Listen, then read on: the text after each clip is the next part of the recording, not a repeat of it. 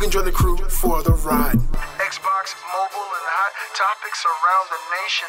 To gaming rigs, headsets, hardware, and PlayStation. Shout out to Joe, can't you see him glow? Token brother brought the flow. Now it's time for the show. Let's go.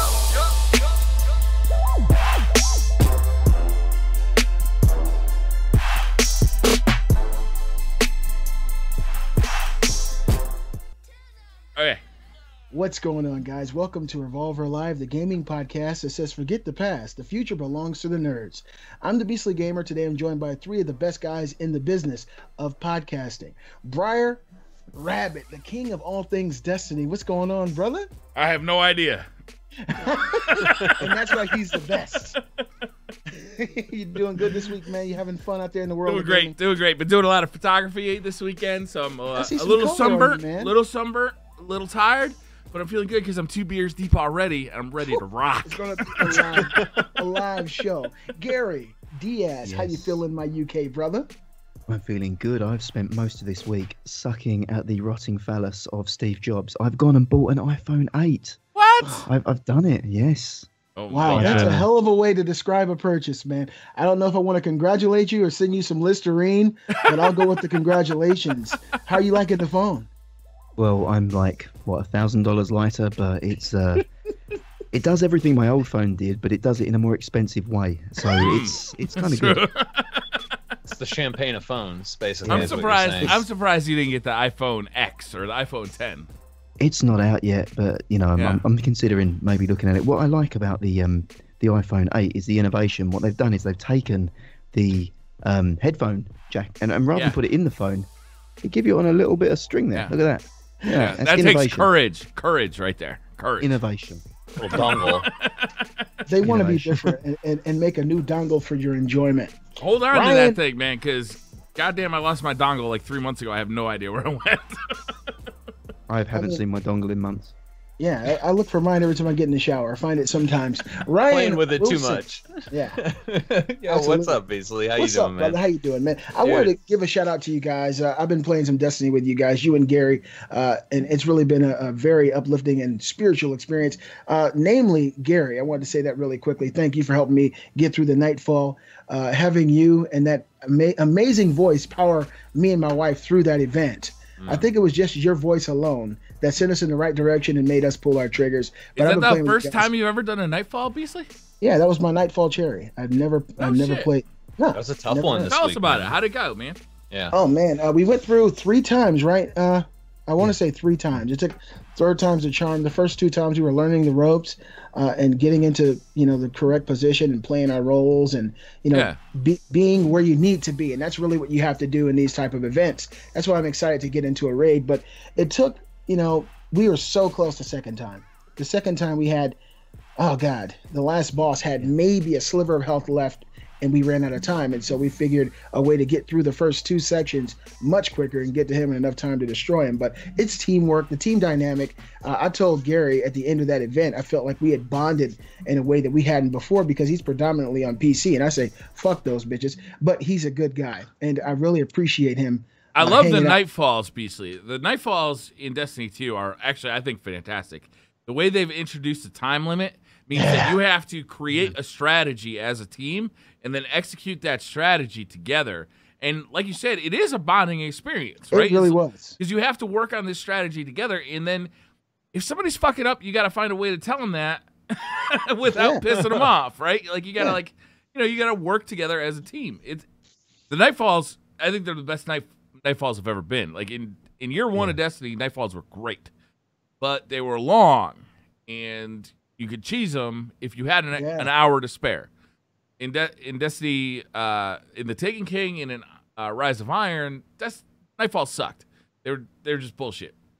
But now Nightfalls feel like endgame content, and the addition of the timer means that there is a level of difficulty there and a level of strategy in PvE content that I think is really cool. Like it's fun. Well, one thing that caught me off guard, I wondered if there was something wrong because we had some issues with the network. Destiny servers were going down. Yeah. And I was going to certain characters and getting engrams and things, and they were giving me like level 10 engrams, weapons, legendary weapons are like level 15. And I was like, what the hell's going on? It should be 285. It's only 15. So I figured we were having some issues. And so when I saw the Nightfall for the very first time before Gary had joined us, I saw a 15-minute time limit. And I remember last week you said there was a 16-minute time limit. So I was thinking there must be some kind of issue here. They can't expect us to beat a Nightfall in 15 minutes. This has to be some kind of mistake.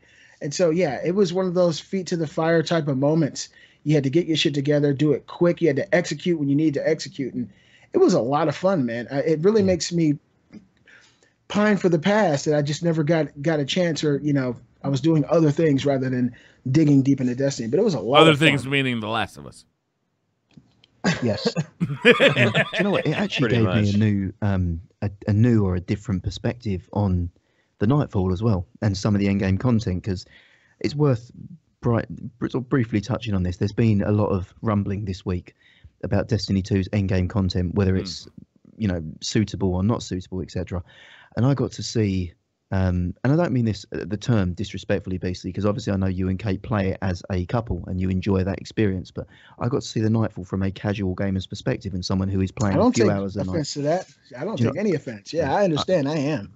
Your approach to it, and I got to see someone who's hitting the Nightfall for the first time over the weekend, and getting to play through it, and maybe never done the Nightfall before. And for you, that content's still very satisfying. And next week you look forward. You actually said to Kate, we can do this every week. This is really cool. This is something we can get on every week and do it once together.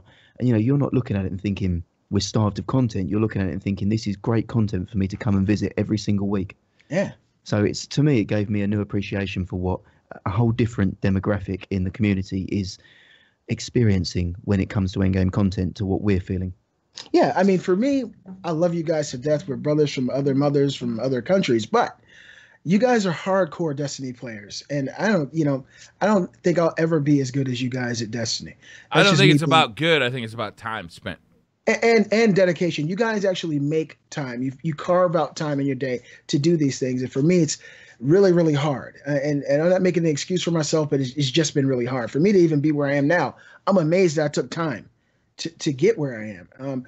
But I don't have any issue with that. But for me and like my wife, every time we play Destiny, every single day, every moment that we play, we've done it together. She's higher light than me, and she's getting her feet wet. We've been going Crucible, loving it, learning about these weapons that have just been destroying my Might of multi-tool, like Hard Light and some of these other weapons that seem cheesy as hell. So we're learning, but we're really enjoying what we've seen so far. Did Peanut Cake get into the Warren? Yeah. Is that all taken care of? Okay. Yep. Yeah, you get some really good rewards being in a clan, but like on the Nightfall, me and Mr. Tom Foolery and Spiffy McTaco actually did the Those names are awesome. Prestige Nightfall this week. And it's bugged right now. You actually can't complete it. So you get to the second area where the big blue pillars spawn in, and you got to go through them and scan the anomalies or whatever. They don't pop up in the second area, thus not allowing you to progress completely through the Nightfall. But if your entire fire team goes back on their Sparrows to the very first area, it spawns them ahead of you again. So we were actually able to find a workaround to get those to spawn in. And you completed it? And we got to, you have to take down this big Devil Walker before you get in. And there was another fire team there doing the same thing that we were doing. So we had two fire teams on the same Fallen Walker, which you never get in that area in a Nightfall. And we crushed the Fallen Walker in like 10, 15 seconds. We all went into our own instance, and I think we finished it with like 30 seconds left, maybe like 15 seconds left for the Prestige. And it kind of sucks. Like there was that issue with the Trials map where they had a bug, so they reverted it back to last week's map in game mode. But they didn't really do anything about the Prestige Nightfall. Yeah. You know what I mean? They just kind of like let it be and let the community kind of figure out a way to get through it. So that was my experience with the Nightfall this week, and it was pretty cool. We just kind of talked about doing it, and then we did the Nightfall, and one of the guys was like, oh, we could totally knock that out if we figure out how to, basically cheese that one part and get it to do what it's supposed to do. And we did.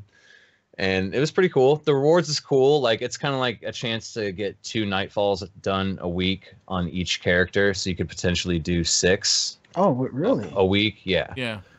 It's a little if extra you have another end game, Mm-hmm. right? It's like I imagine that at some point when we're at all 350 light, we won't actually be doing the regular nightfall at all. We'll just be doing only prestige. Yeah. Does it give you both rewards for doing the prestige? I think it still gives you a powerful engram. Like it's basically just doing it again and getting the rewards like that. So is it worthwhile doing the normal nightfall then the prestige, or is it? I would say all so. The rewards just from doing the prestige.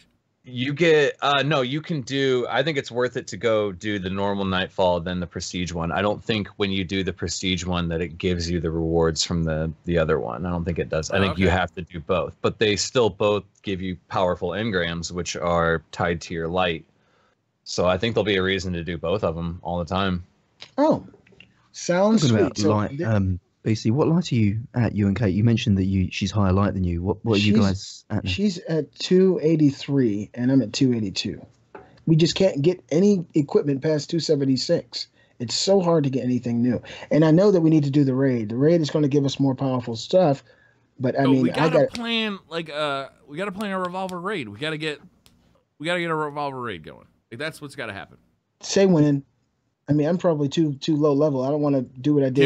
Can we commit? Like, are we willing to commit to Tuesday night on air? That's fine. Yeah, I'm down. That work for everybody? I'm feeling it.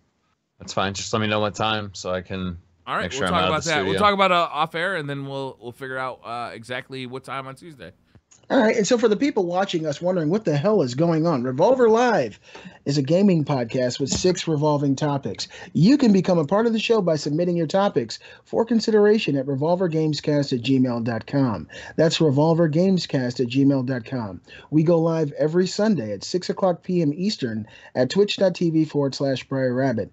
That is twitch.tv/Briar Rabbit. If you're unable to see the live video or the video formats, you can always check us out on your favorite podcast service, iTunes, Podbean, or wherever you do your podcasting.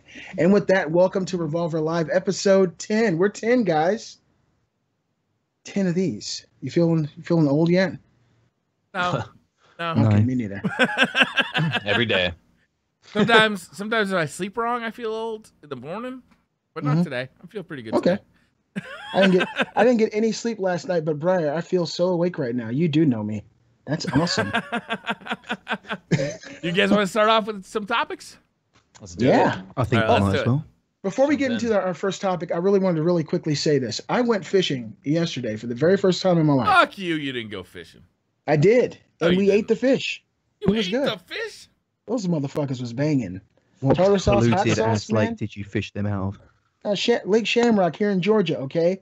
It's a public fishing spot, and it's beautiful. How many May not- shamrocks are at Lake Shamrock? I don't know, Did but you- I got lucky. We caught 11 fish. Like there's a McDonald's Did you- just dumping the toxic Shamrock waste that's shakes? used to make shamrock shakes. Did you count how many eyes each individual fish had? Did any of them have 3 eyes? I'm just No, asking the no. question. I just cut the heads off when I gutted them, Gary. But I did it with my kids, and they thought it was an amazing thing. And it's something that every dad really cherishes. I've wanted to do it, but I've never known how to do it. My dad never did it. Set it So up for I us, took- Beasley. How did you do it? Like, were you standing on shore? Were you standing in a river, We fly were fishing? standing on shore. And you were casting bobbers? Yeah. Okay. And it was me, my best friend. His name is John Speakman. A coworker. He's 73 years old. Great guy.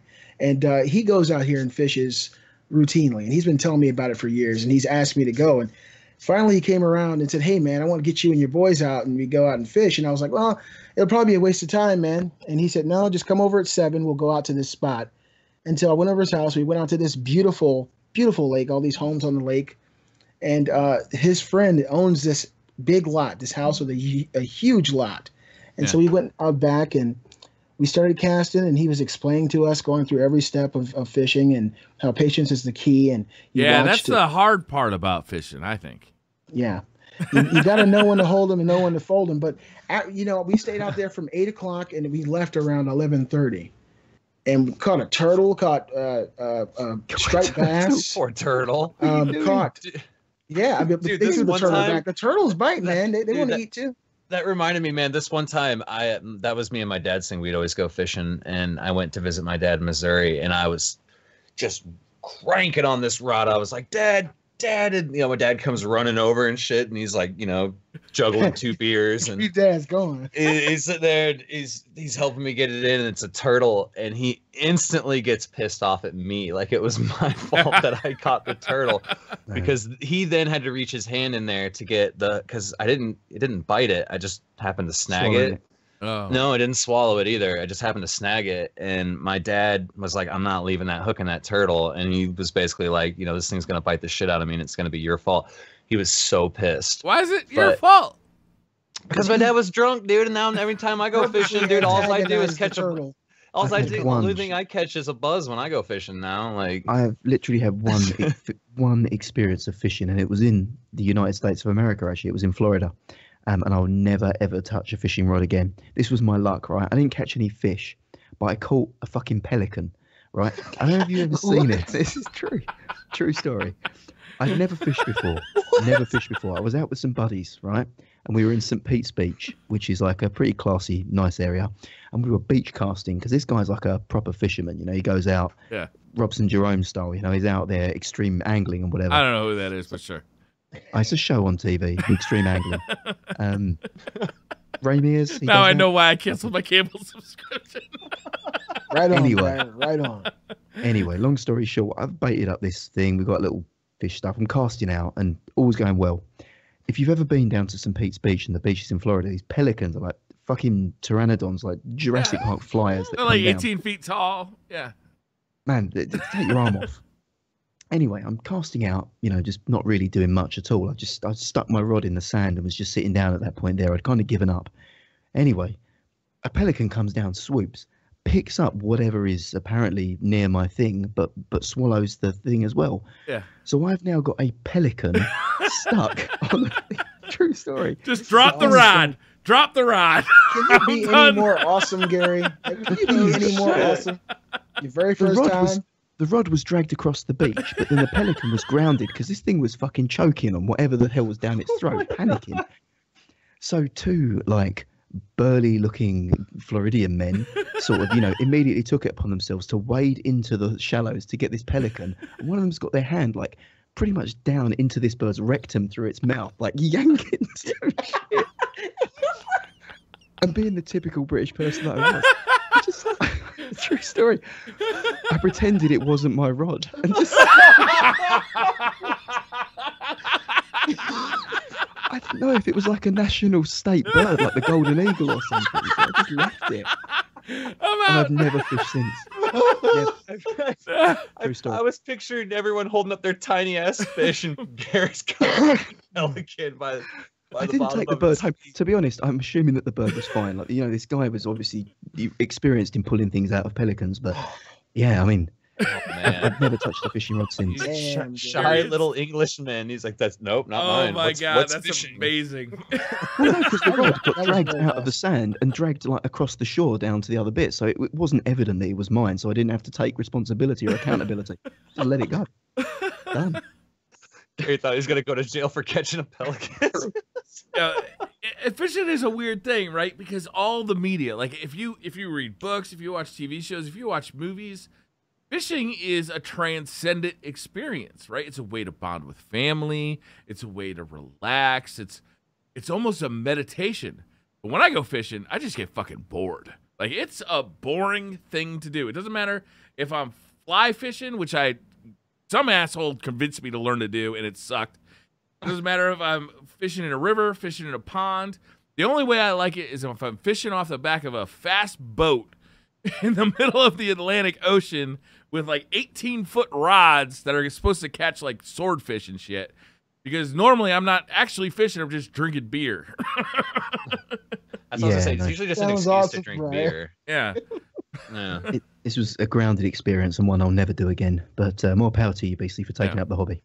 It was great. Going back again Saturday. So next Saturday we're gonna do it again. Taking the whole family. Good on you. Good on you. Yeah. Awesome, man. All right, so let's get started with some Revolver topics, shall we, gentlemen? We got a very hot button topic. No, it was just, just fucking around, man. Fishing. That's the new topic. Fishing or you birding? It depends. Like Yeah, Gary yeah. was birding. I want to go birding. What's that? Ask Gary.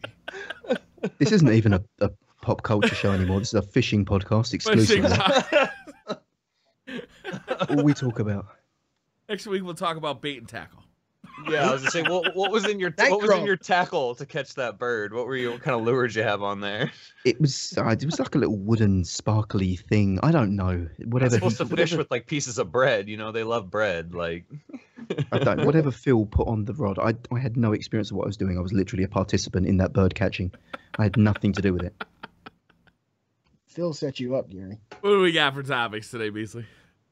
Fortnite is notably grabbing the PUBG formula and running wild with it. What will be the next game or franchise to jump on the Battle Royale bandwagon? This is your topic, I believe, Brian. Yeah, so this was all over the news this week, is that Fortnite, basically put a Battle Royale mode inside their game. A game that just went into basically early access this summer. Me, Wilson, and I think all of us have played it. All of us have played it to some extent or another and enjoyed it, but kind of bounced off fairly quickly, I noticed. But then now they've added a Battle Royale mode where you have a Battle Royale version of the game, but you still keep the building aspects. So you can build a base and still do like the Battle Royale. So I thought this was interesting. Notably, PlayerUnknown is very upset about this, but I don't really give a shit. What I want to talk about is who's going to be next. Like, who's going to be what franchise or game series that you really like? Who's going to adopt that Battle Royale mode, right? Because this is a cash cow.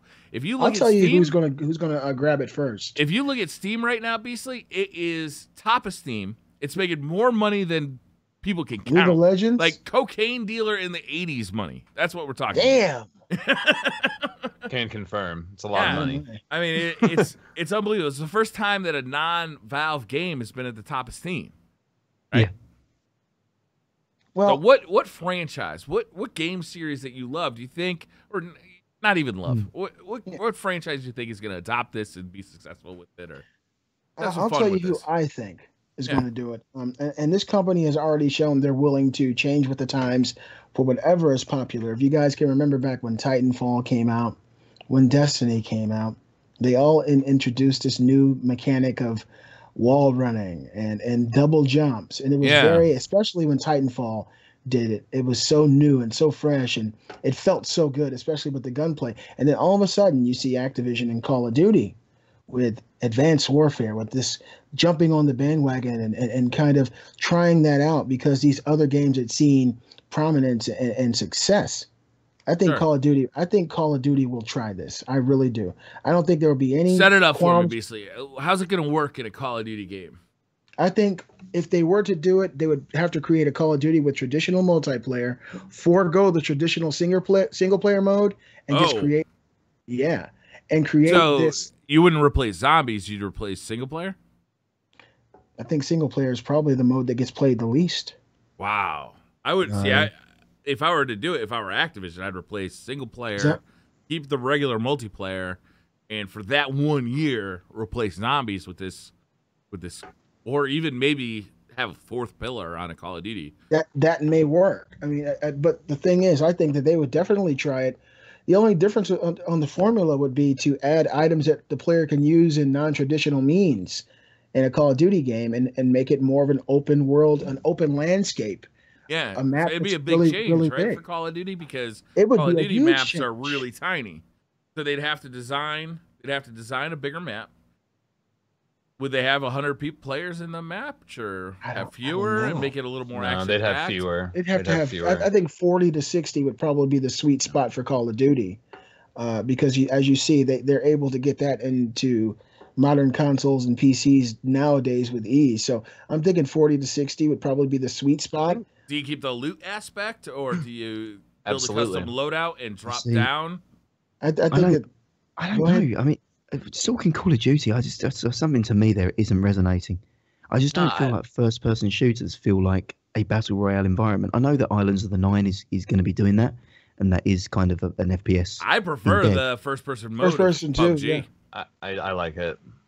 But historically, battle royale games have not been first-person shooters, and I guess the hardcore crowd, whilst people do climb the FPP servers, do you not think that there is still like I guess a hardcore audience that want to see battle royale played in third person? Because for me, I feel like we're kind of looking at existing franchises, but PUBG's come out of like mods and things that have been built out. For me, I think there's going to be an evolution of the franchise, and we're going to see a AAA version of PUBG, whether it's, you know, obviously different names, etc. But I think there's going to be a specific game built around the battle royale with a single player component, etc.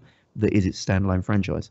Well, think about it. Like, whether you like Call of Duty or not, you know that when you go into multiplayer, that it's going to be a clean as in it's going to feel clean, like it's going to control good. You know what I mean? Like, it's going to feel good. And, you know, it's a like AAA sometimes title. It's a AAA title. You know, like, and sometimes on it. it feels like it. And like on PUBG, sometimes you feel a little sluggish. You get caught on shit. You know, you should clearly be jumping over something, but it's not letting you. You know, little things like that kind of make the game clunky and slow it down.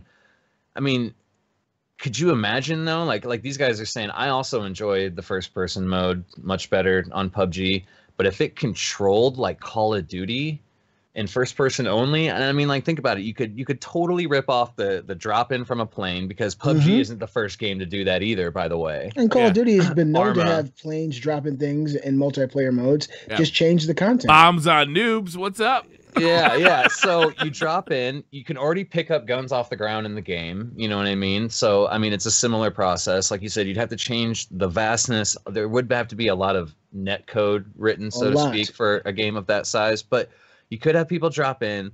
You could pick up equipment, whether it's extra grenades, flashbangs, whatever. You could find random weapons or even perks. You know, perks would be like the end all. Like, you know, like when we're like, oh shit, level 3 helmet, backpack, and chest. Like, I'm good. Like, I got my juggernaut, quick draw, and marathon. I can run forever. You know what I mean? Like, you know, like you know, shit like that. I think it would work really well. And I enjoy the first person aspect of it. And I've always said, I think actually, Briar, the first time first person was available and we jumped in, I think you even said, could you imagine Call of Duty type feel, smoothness, and controls with this type of game mode? I mean, I think it would work really, really well, guys. I mean, look at all the things you can do in Call of Duty now. You can call attack choppers and all these other things. Oh my God! Imagine if you could find that in the world. You know, you go into this abandoned house. You're selling me here, Beastly. Imagine this situation, right? Instead of it being a loot game, it's a much faster experience. You go in with you build a loadout for this. You drop in with your loadout, so you don't do any of the looting. It's a much faster experience. The slow part of PUBG is gone. The slow part is gone. You just jump in with your guns and your loadout and your kill streaks. So you go in there and you get 5 kills. All of a sudden you're calling in a chopper, or you get 3 kills. You're calling in a UAV. Then you're calling in a chopper. Then you're calling this needs to happen, gunship in.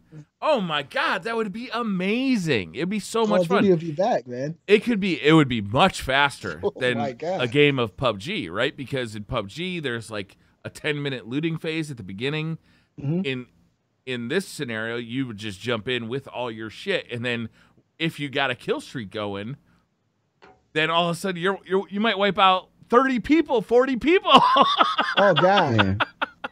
I don't know. To me, it feels like other games. Man. Other games have tried it. Like Division was a AAA that tried to do PUBG in effect. You know, the survival. That was a survival mode more than a battle royale, though, wasn't it? What was it? Last man standing on a map. You know, and what was it, like 20 people on that map, 24 people? I don't know what survival had there. Something like that. So there was survival elements and last man standing elements with a bit of PvE involved, but that kind of had spiked popularity but didn't peak off. I feel like PUBG has reached such a critical mass now that it's going to be difficult to dethrone it with something that is coming out. But they see that money, they want it. And you know, Activision, like Blizzard they'll do anything to get it. Blizzard could potentially pull something out that would do your money could be my money. Well, I mean, Gary, if you think of all the possibilities, right? I mean, Call of Duty has a long lineage of games, and most of them have seen lots of success. What if you run into a barn and there's a cage in the back, and you run up to it and you hold down square and you open up the cage and the dog comes out and he's your attack dog, and he stays with you, kind of like they did in Ghosts. What if they just add different kinds of crazy perks like that? It would be amazing. I can see Call of Duty doing something. It would be amazing. So that's why it's the first thing that came to my mind. Who did Call of Duty this year? It was Sledgehammer? Sledge, yeah. All right, so Treyarch is next year? Yeah. And then Infinity Ward is here after that. So, do you think Infinity Ward, probably. You think it'd be Infinity Ward? You don't think they could build a mode like this in a year? I think they can do it. I think they can. But then again, Brian, year and a half, really? You got to take into effect that these are 3-year development cycles. So anything that's going on for the first 18 months. I just feel like it fits in Call of Duty so well. It does. That's why it's the first thing that came to my mind. All right, who else has got an idea here? I don't know. If you're doing Call of Duty, I'm kind of semi on board.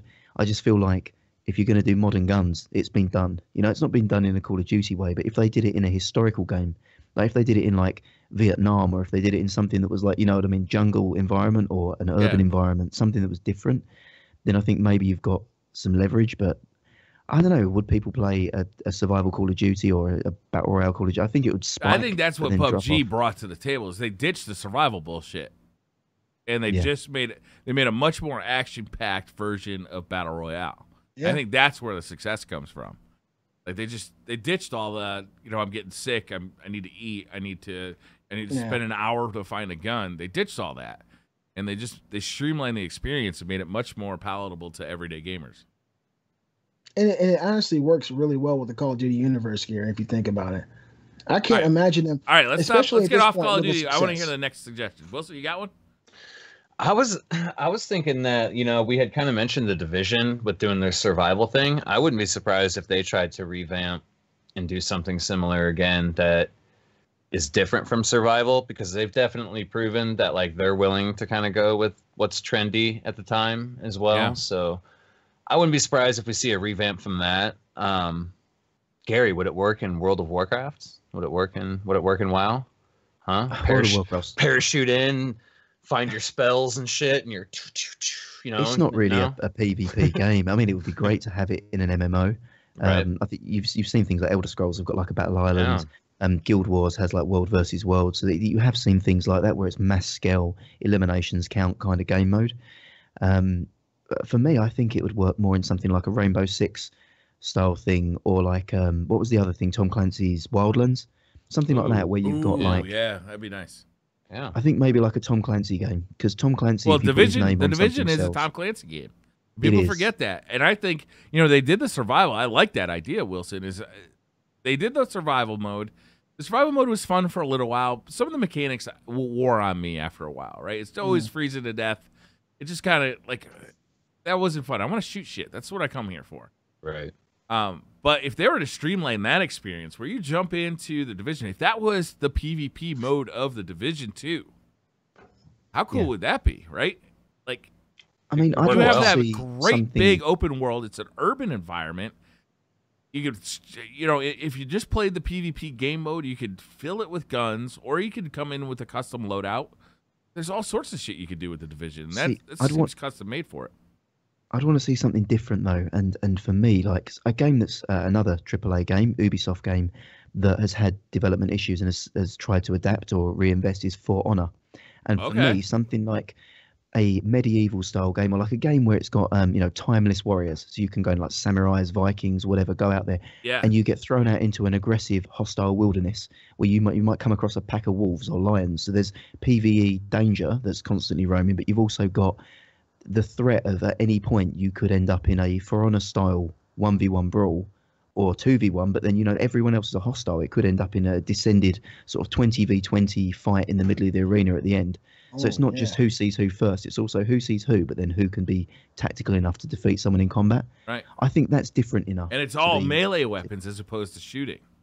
Yeah, or like if you're a spear thrower, you've got the advantage of range, but then if you get flanked, you've got fuck all, you're dead. You know what I mean? So there's this, to me, that would be different enough to PUBG. It's not just more guns. It's actually something completely different that fits the theme of the game. I like that idea. That sounds like a lot of fun. Yeah, it actually does. I can't believe I'm going to suggest this and Beastly didn't, but The Last of Us seems like a no-brainer for this. You put in, you drop in 100 people. You drop in 100 people to The Last of Us, right? And they already, with their multiplayer, they already had this kind of set up where you're kind of providing for your community and you're adding to your community. Like if they brought that forward in The Last of Us 2 and put in some kind of survival mode where it was like a, you know, like a PUBG experience, The controlling is already there. The looting is already there. You already loot in Last of Us multiplayer. Like all the things are there, but you bring in the Last of Us weapons, the Last of Us combat, the Last of Us world, which is super interesting. Maybe you keep the zombies so that not only are you fighting other players, but there's also these really dangerous ass zombies running around. Yeah, like I can see the Last of Us doing this no sweat, and in Sony, I would think is kind of desperate for this because Xbox has PUBG coming. PUBG. Yeah. Sony sees this; they want some of that money, but they don't have anything in the works that I know of. I think The Last of Us 2 would be perfect for them. That would really work as well, because like you God. say, the electric fence wouldn't be an auto kill. It would just be that there's clickers walking out there. So yeah, that works perfect. At that point there, you're out there with bloaters and clickers, so you can live in the red zone, but it's becoming increasingly more populated with zombies and hostiles. So yeah, you're burning up ammo, you're burning up armor. I mean, that surviving out there. That would be. Oh my God. I'd like to see as well. What's that Skull and Bones, that pirate game that came out at E3, Ubisoft, where it's like For Honor at Sea, effectively. You've got like a pirate crew. It looks like Assassin's Creed Black Flag. But they've taken the boat combat and put it out. If they had that game where it was like team oriented, so you spawned in with a squad of like 4 or 5 on a pirate ship, and you've then got to like find the other squads that are out at sea and take them out and board them and fight them. But rather than being like a 16-person map, it's now like a 100-person map. So it's real high seas battle. Like I'd love to see. I just want to see different things. I just don't want to see futuristic. I'd take medieval. I'd take pirates. I'd take whatever you want that's different. What about Briar? When you said Last of Us, it kind of dawned on me. What about DayZ? That's going into beta. It's supposed to be releasing into beta soon. If anyone's in the position to change the direction of the way a game is going, to revitalize it. It's not, because I mean they've sold a shitload of copies of that game, but the problem is that that property's been sold so many times that there's a lot of people that still own the game and have the rights to the game, and to get new people to buy the game, if they could code the game good and just make the game work, dude, it'd be amazing in DayZ. And kind of the same thing. Like, I feel like DayZ has ruined their reputation. You think so? Yeah, I feel like I'm giving them one last chance with this beta that's releasing, and then that might be it for me, man. I put thousands of hours into that game. Yeah. And the potential is so good, dude. The potential is so good. But like, you make a good point, man. I feel like, they have kind of, by selling the property multiple times and just kind of leaving that game in limbo for as long as it did. But years. Yeah, how long has it been in alpha? What, like 7-8 years now? Yeah, I mean, I don't know how long, but it's a lot of years. This could be the one thing that they need, though, is my point. Like, a lot of people are. I support this. I'm with you, Wilson, but they also need to show that they are actively developing on that game. Yeah, I agree. Because that's the impression that I get, is that they've cashed in and abandoned it. Yeah. And if they did create a battle royale style mode in the game, everybody who owns it and people looking from the sidelines would just say they're trying to cash in on what PUBG's doing.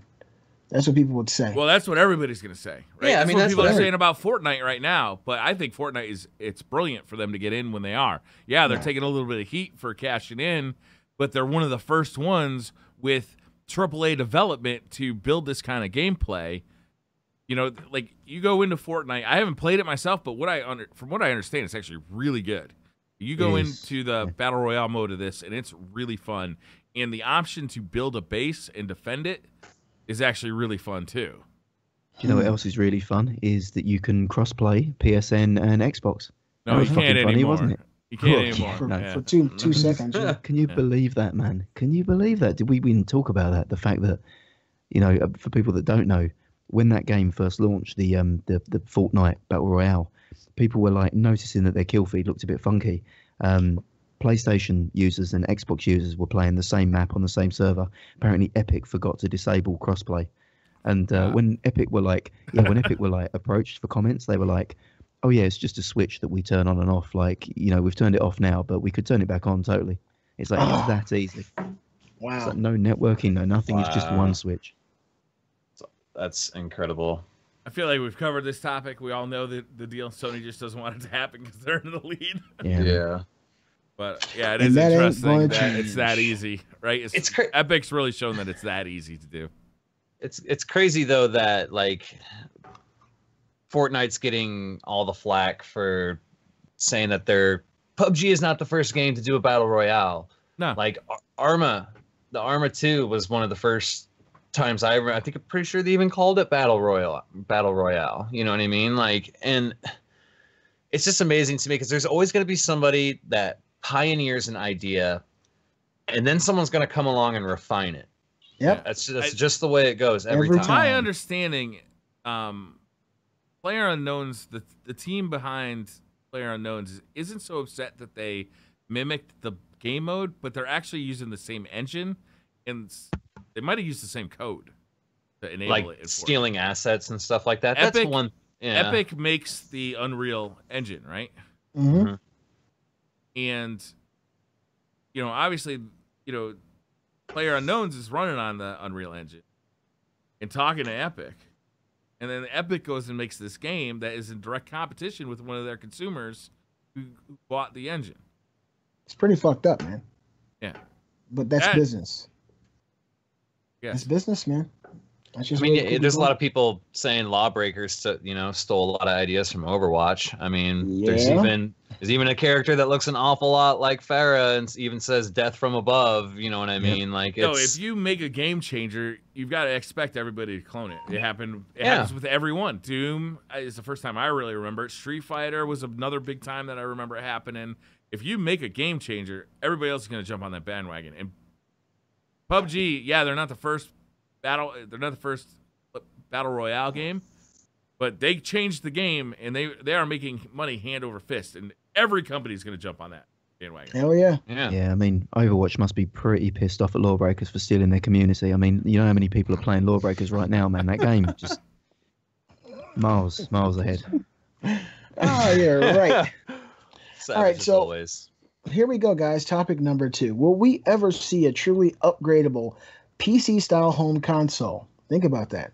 Will we ever see a company like NVIDIA or AMD create console-compatible GPUs?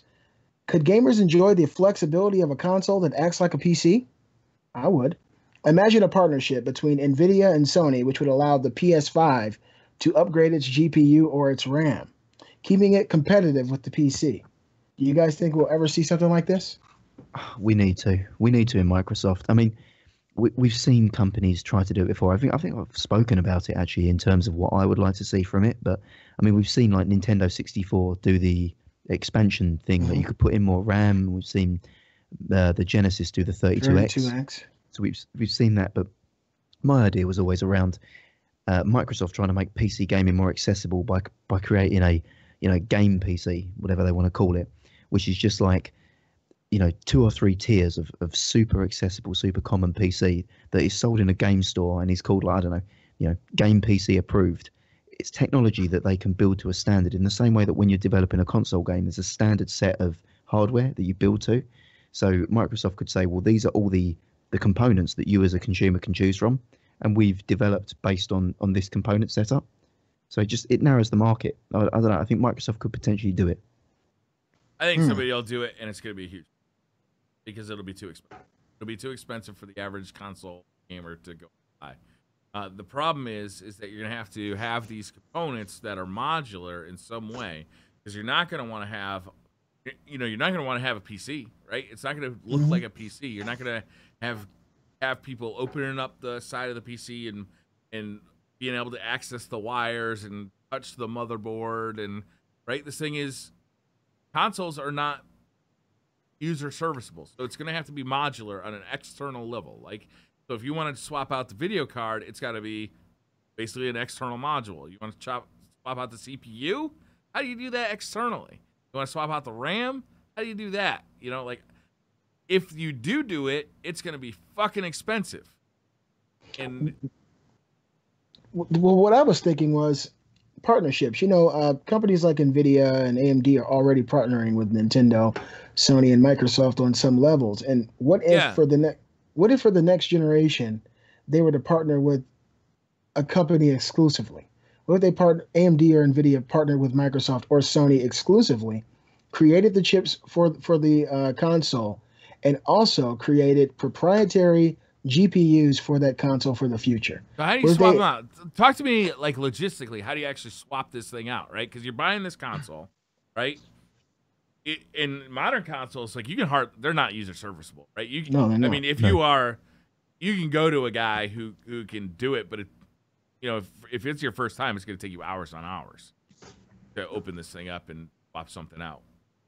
I think it's so. To How do you design, build this though. thing, like logistically? Well, here's the thing, though. With console players, it has to be plug and play. That's it. They don't want to mess with drivers. They don't want to mess with any sort of file swapping or anything like that. That's all easy to solve, because if you only have 2 graphics cards options, that's all pre-built into the OS, right? And True. When you update your OS, there is a check. Does this have the graphics card 1 or graphics card 2? Does it got graphics card 2? Great, we're running with graphics card 2. The problem is to make that graphics card serviceable, right? That's what you want to do, Beasley, right? That's what you're getting at. Yeah. You want to be able to buy a PlayStation 5 with graphics card 1, and then a year later be like, you know what? I got a little extra money. Games look better with graphics card 2. I'm going to take graphics card 2 and plug it into my PlayStation 5, right? Mm-hmm. Yeah. How do you do that logistically without making it fucking expensive? I mean, the issue that you've got is the build of. It's all consoles. design. Design. The fact is, consoles are generally system on a chip, as opposed to typical graphics cards that we expect, like PCIe, or like again, for people that aren't technically minded, the way that a graphics card and a PC works is that you just slot it in like a Lego brick. It just slots in to the slot and works. In a console, the thing that you're slotting it into, the graphics card is like molded into it and welded, and it's not a typical graphics card. It will just be a chip, often with a fan on top of it. It's more like integrated graphics on integrated. Intel. Yeah. Yeah, it would mean a complete redesign of the way that a console operates. Which they could do, but at great expense, because having a separate GPU and CPU means more expense. That's why they do it this way on the consoles, is because it's cheaper to have one chip that does both. And one set of RAM that runs, both on your CPU and your GPU, right? It's consoles. They don't have graphics RAM and CPU RAM. They have shared RAM for both GPU and CPU. So this would mean you'd have to have a graphics card basically, and you'd want to have it. You wouldn't want the motherboard exposed. Like if you went out and bought a 1080 Ti, that thing looks like a computer piece, right? If PlayStation were to introduce a 1080 Ti that you plug into your PlayStation, it would have to be, completely shrouded, I would imagine. Yeah. Small, I guess. Would it go inside your PlayStation? Would it stick on the top? How does that even work? It just seems like it'd be extremely expensive. Just make it like a Game Genie where you put the game inside of it and then it sticks out. I like it. I like it. Yeah. That solves everything, man. Just make it like a Game Genie. But I think it's a wonderful idea. I think it needs to happen, but I think I'm with Briar on this one. I think whoever decides to do it, they really need to think about this carefully and think about fucked for it. I think they need to because what's the difference between eventually you get to a certain point where it's what's the difference between a PC and this new console? Why wouldn't I just go buy a PC? And the problem is we've seen people make that mistake in the past, Wilson, is they get they get too expensive. They try and hit for too much power. They get too expensive, and nobody buys the console because at that point you're competing with a PC, which is also good for paying bills. Yeah, exactly. And the motherboard, you can upgrade stuff on your PC. Granted, like you were saying, does this have graphics card A or graphics card B?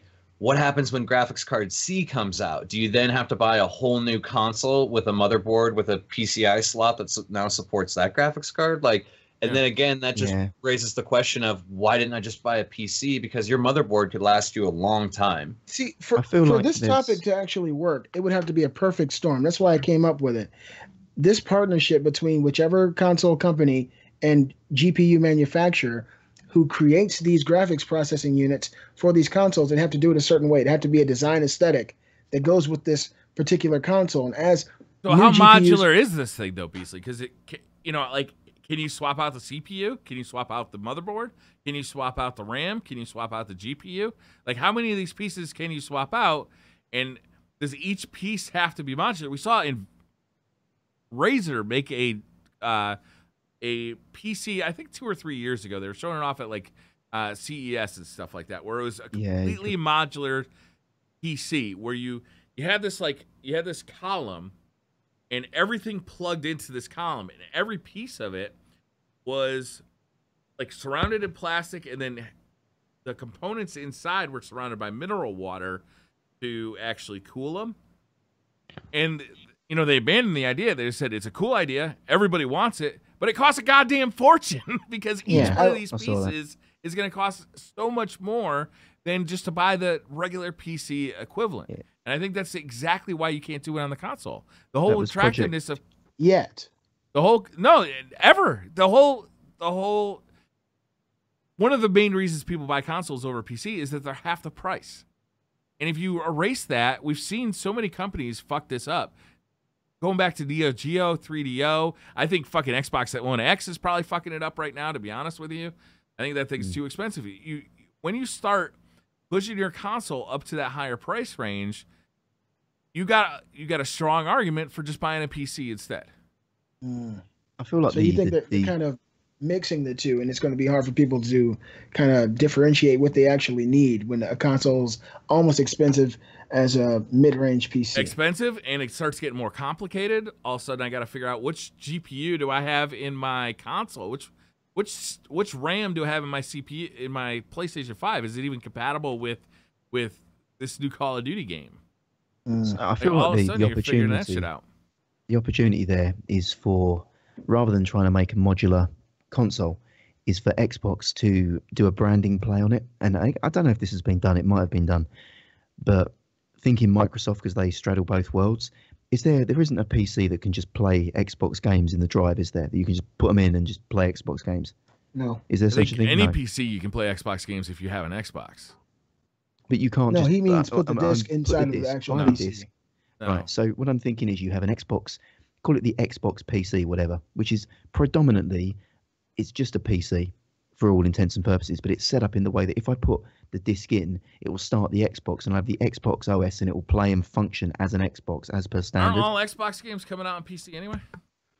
Through Windows Store, some of them are, some of them aren't. They're not all of them. It's about 15 games. It's not all of them. You've got a lot of games. Which one is it? Halo 5. That Master Chief Collection isn't. A lot of like things that are exclusive. Halo Wars is exclusives. Quantum Break, all that stuff. Quantum Break didn't come out on PC. No, I think it did. That is on PC. No, it is on PC. My mistake. Yeah, but some aren't. What I mean is, I can't just walk in the store and. Okay, look at Call of Duty. If I bought it for my Xbox, I can then bring it onto the Xbox PC. So my entire game library that I've got on my Xbox, I can transition onto the Xbox PC. So if I'm now, I've got it already, so I can now take a step into the PC world. I like that idea though, Gary, because I own a PC and I don't want to own an Xbox One X or an Xbox 2. Like this is an idea that sells less Xboxes. I don't think it does, because if I'm a console gamer, I've got that. If I've got more money, this is instead of the Xbox One X, in a world where I can just have an Xbox certified PC. Yeah, and you can upgrade the GPU and all that yourself. Because it's a normal PC, but it's just a PC runs with the Xbox One idea. OS, and you could just put it in. I feel like they're actually moving in this direction, right? Yeah, where Xbox becomes a software brand, not a hardware brand. Yeah. Wow. All right, you may have sold me on that just now. Yeah, I think actually, that's what they're doing. The next topic is one by our friend Ryan Wilson. What are some of your best memories growing up as a kid in the 80s and 90s? Oh man, this is a good one. So, in my opinion, and this may just be rose-tinted glasses, but growing up in the 90s. I was born in '84. I don't remember a whole lot about the '80s. You know what I mean? A lot of the '80s did carry into the '90s a little bit. But I just felt like it was, an amazing time to grow up. So much going on. Like America was growing so much. Whether it be movies, games, arcades. Anything with pop culture. Like, dude, even some of the I even put this in here. some of the snacks that aren't available anymore. You guys remember 3D Doritos, man? You guys remember those? 3D Doritos, Crystal Clear Pepsi, High C Ecto Cooler, and like Ecto Cooler, Slimer, dude, green shit. It was so good. Why have they not brought back Ecto Cooler, dude? I felt like the new Ghostbusters was a perfect time to do that, and that shit was bomb, dude. And the commercials, that would have been good in it too. You remember the commercials, man? Like everything was all like kind of doing a play off like Bill and Ted. Like in the 90s, everything was like tubular, radical, like the jean jackets with the sunglasses and the attitude and stuff like that. Like, dude, it's such an awesome time, man. And in my opinion, you know, green it was like, slime Twinkies. Someone said that in the comments. Dude, there's probably gonna be some cool stuff in chat right now. I kind of hear you, man. And do you know what's fucking sad? I was watching the Joe Rogan Experience the other day, and he had Pauly Shore on there. Fuck, man. I wish I'd never seen Pauly Shore again. Like, I wish my vision of Pauly Shore just remained Encino Man, Biodome, Jury Duty, kind of Pauly Shore, man. Because that's just shattered my, like, to me, he's still the Weasel. Like, you know, that is it. I still got that. Biodome? Yeah, man. We don't get shit like that anymore. You don't get movies like that and that kind of just silly, irreverent stuff. Like, everything now's got to be edgy and, like, you can't just have something that's just silly, radical fun. Like Bill and Ted, you mentioned, like, that was just, like, such a good premise, you know, just to have two time-traveling stoners. And that's like a fucking summer blockbuster. That's not like a weird movie that you see. Like, that's just... Was I the only one extremely excited in 1990 when the Turtles movie dropped? Oh no, BC, I am with you, man. Yeah. Man, my little brother was looking in the sewers and shit. Mom had to go snatch him. Yeah. It's like the second and third one were. Second one was still good. Yeah, but the first one was so good that I was excited for the second one coming out. Like before I saw it, I was psyched. I loved the cartoon. I loved the toys. I loved everything Turtle, man. I used to draw the Teenage Mutant Ninja Turtles on the back of papers. I loved the Teenage Mutant Ninja Turtles. And that movie was so good, man. The second one had Pino in it. It was actually pretty good. There was a fifth turtle. Who the fuck was that? There was a girl turtle. Oh yeah, no, like what? Like the Yoko Ono of the Ninja Turtles? It's in the cartoon. Are you talking about April? No, he's talking about the actual female Ninja Turtle. Yeah, I learned about this I think a month ago from my Twitch chat, and apparently there was a fifth turtle. They did like a reboot of the series, and Venus de Milo. Yeah, Venus de Milo was the fifth turtle. Venus. It's a girl turtle. Thanks, Gray Fox 2030. No, you're lying to me. This is like Walmart tunnels. I kind of think it was just Donatello just decided to go through, you know, transition. You stay away from Donatello. He's my favorite. All right. Michelangelo. I'm saying that was a big staff. Maybe he was compensating for something. I don't know. Or he was a pacifist. Or he was just a pacifist and didn't want to kill anyone. Just saying. You know, maybe you stay away from my Donatello. He was my favorite. Raphael was kind of moody. Maybe. That's a freaky ass looking thing, man. That turtle looks pretty freaky. Sure. Man. I don't know. I think what we're experiencing is Mandela effect, and none of this really happened. This whole female Ninja Turtle. It definitely happened. She was real. I'm telling you, she was real. Mandela effect. But no, remember, dude, even some just some of the commercials, man, were fantastic, dude. Like, you look at the whole, you know, Genesis does what Nintendo don't. Oh, you know, yeah, that whole the console war campaign. Oh, dude, like, it was one of the first. They were fighting tooth and nail.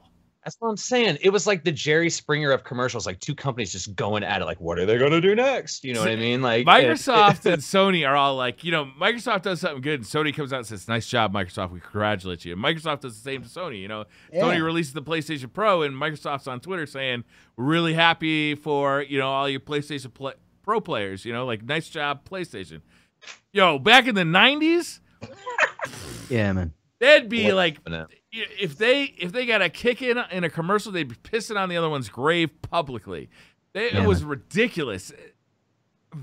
They were so fucking nasty to each other. It was awesome. Yeah. Did you guys have that, Gary, over there? That was the greatest console. Yeah, we did. War. Yeah, I mean, it was great. You'd get like an advert which would just be Sonic the Hedgehog, like fucking Mario over a barrel, and that would just be like the advert. That would just be. Next week, you got Mario taking a shit on Knuckles. You know, like Man, they must awesome. not have aired these commercials in my area. And then Shit. Sony got into the mix with Crash Bandicoot. And Crash Bandicoot's outside of like Nintendo's headquarters, like screaming shit through a microphone or a megaphone. Remember I that? can't believe you He had, guys like, a never saw boombox. It was like a play on the Pulp Fiction GIMP scene where Mario kind of just opens the door carefully and he sees like Luigi, Peach, and Toad just bent over a barrel. Like, it was just, I saw it at least. It was just me. Wow. That must have just aired over the UK. Or in my head, maybe. I don't know. There was something in the 80s that occurred, and we were really excited about it as kids, that could never exist now. And it's really funny to think about. I'm sure it's so innocuous, nobody's going to really remember it or even recognize it. But there are water guns out. I'm not talking about Super Soakers, which were just as awesome. Oh, the Intertex. Intertech. Wow, Briar, you were right there with me, man. Oh, I remember these. Intertech water guns. We wanted them so bad, and my parents were, ahead of their time. And my mom always said, "You never get one; they look too real." And I was like, "Mom, the kid on the commercial is in his front yard just spraying people. It's water." Mom and Dad never got us a fucking Intertech. I love those you, the Mom battery and Dad. operated ones that would be like cute. They were look battery like operated. They were battery operated water guns, and they looked exactly like replica real. weapons. Yeah, they were replica weapons. 9mm, AK-47s, M16s. They looked like real weapons, and they were the beginning of toy stores selling weapons that had orange shit on them. Yeah. I remember that. Because kids did. started getting shot by cops Yep. for brandishing these things. I That had was one the of first. those. That was when that started.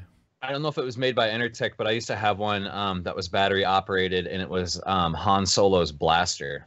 Ooh, It's amazing. Oh, man, That's I used to dope. have in the UK, man, because we're like gun deprived, man. We're like we can't just walk into Walmart and buy a gun like yourselves. Like we have to get it on the black market from a guy who knows a guy. But I had this this 6-shooter, this cowboy 6-shooter. I don't know if you guys had them, and you used to get like an 8.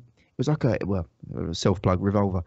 It was like an 8-shot magazine that had like gunpowder in these little red containers. And you A could cap put gun. it in, and you'd That's a shoot cap it. gun. Gun, yeah. And send out a gun and smoke. You could like hold up your local post office with it. It was great.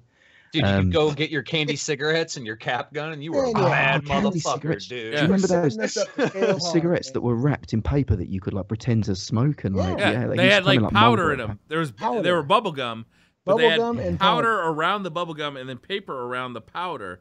So if you blew through it, it looked like there was smoke coming out. And like you buy these for a 6-year-old. Man, they were screwing kids over back then, man. Yeah. It was good Oh, stuff. This man. segment made me Our sad. childhood, come on, Beasley, you know this. Our childhood is way better. Hell like, yeah, man. We had so much cool shit. Now kids, I mean, Toys R Us is going out of fucking business. Dude, that's They a can't sell shame. toys. Have you been to a Toys R Us in the past couple of years? Yeah. Okay, it's completely different than what I remember. There's a No. fucking LCD television advertising every toy, and it's like a high octane Japanese commercial of just like, look at this, boom, boom, boom, boom, boom, All lights, the toys lights, suck. you know. They're all like- these like sanitized bullshit toys. Like you See- can't go and buy a bag of glass anymore. Bag of glass, that was good fun back in the day. You can't buy that I think shit it's anymore. different in the States, can't- man, because over here You can't can buy tell- replica weapons anymore. Guns that look like real fucking guns. You Yeah. can't buy that shit Shout out- anymore. Everything looks Shout out yellow to Super and Soakers, orange. though, man. Who Super had Soakers fun were with great. Super Soakers? You can't Yeah, buy. I mean, even the action figures. The action figures like GI Joes, man, they were Yeah. badass military dudes. They had the guns. All and that all shit is sanitized now. All of it is No, it sanitized. has to be gender neutral action figures, man. And You gotta have politically like correct. Politically correct. you toys. can't assume their genders. You just say GI Joe. You have like Yeah, GI. They were Zed. anatomically correct and everything. Damn. yeah, man. My Action Man had a big swinging bulge down there. I mean, it was sizable. It made me feel inadequate as a kid playing with it, to be honest. I had a packing. Rambo action figure that shot fucking rockets. They shoot like good 3 feet. Yeah, my He-Man figures did that. I I had a Dragon. had a Rambo You survival. can't have that knife anymore. when I You was can a poke your kid. fucking eye out, Beasley. Yep. You might choke on that shit. I it did was choke on my crazy. Dragon Blaster Skeletor. It shot. I was a kid, and I shot directly in my face, and it went right in my throat. I mean, do you remember when there was crazes as well? He-Man, they I made mean, He-Man metrosexual now. Yeah, that's some bullshit, man. That dude guess we used still to get have him. swinging balls like on the action figure. He Yeah. was a fucking like as masculine as they come. Now he looks like, maybe he's halfway through a sex change.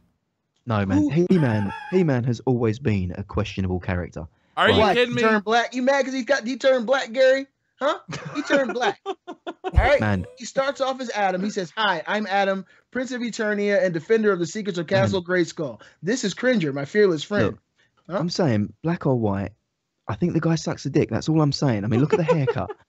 The haircut alone, that is a questionable. I've seen that haircut on one other man, and that was Jimmy Savile. And the UK watchers will know who that is.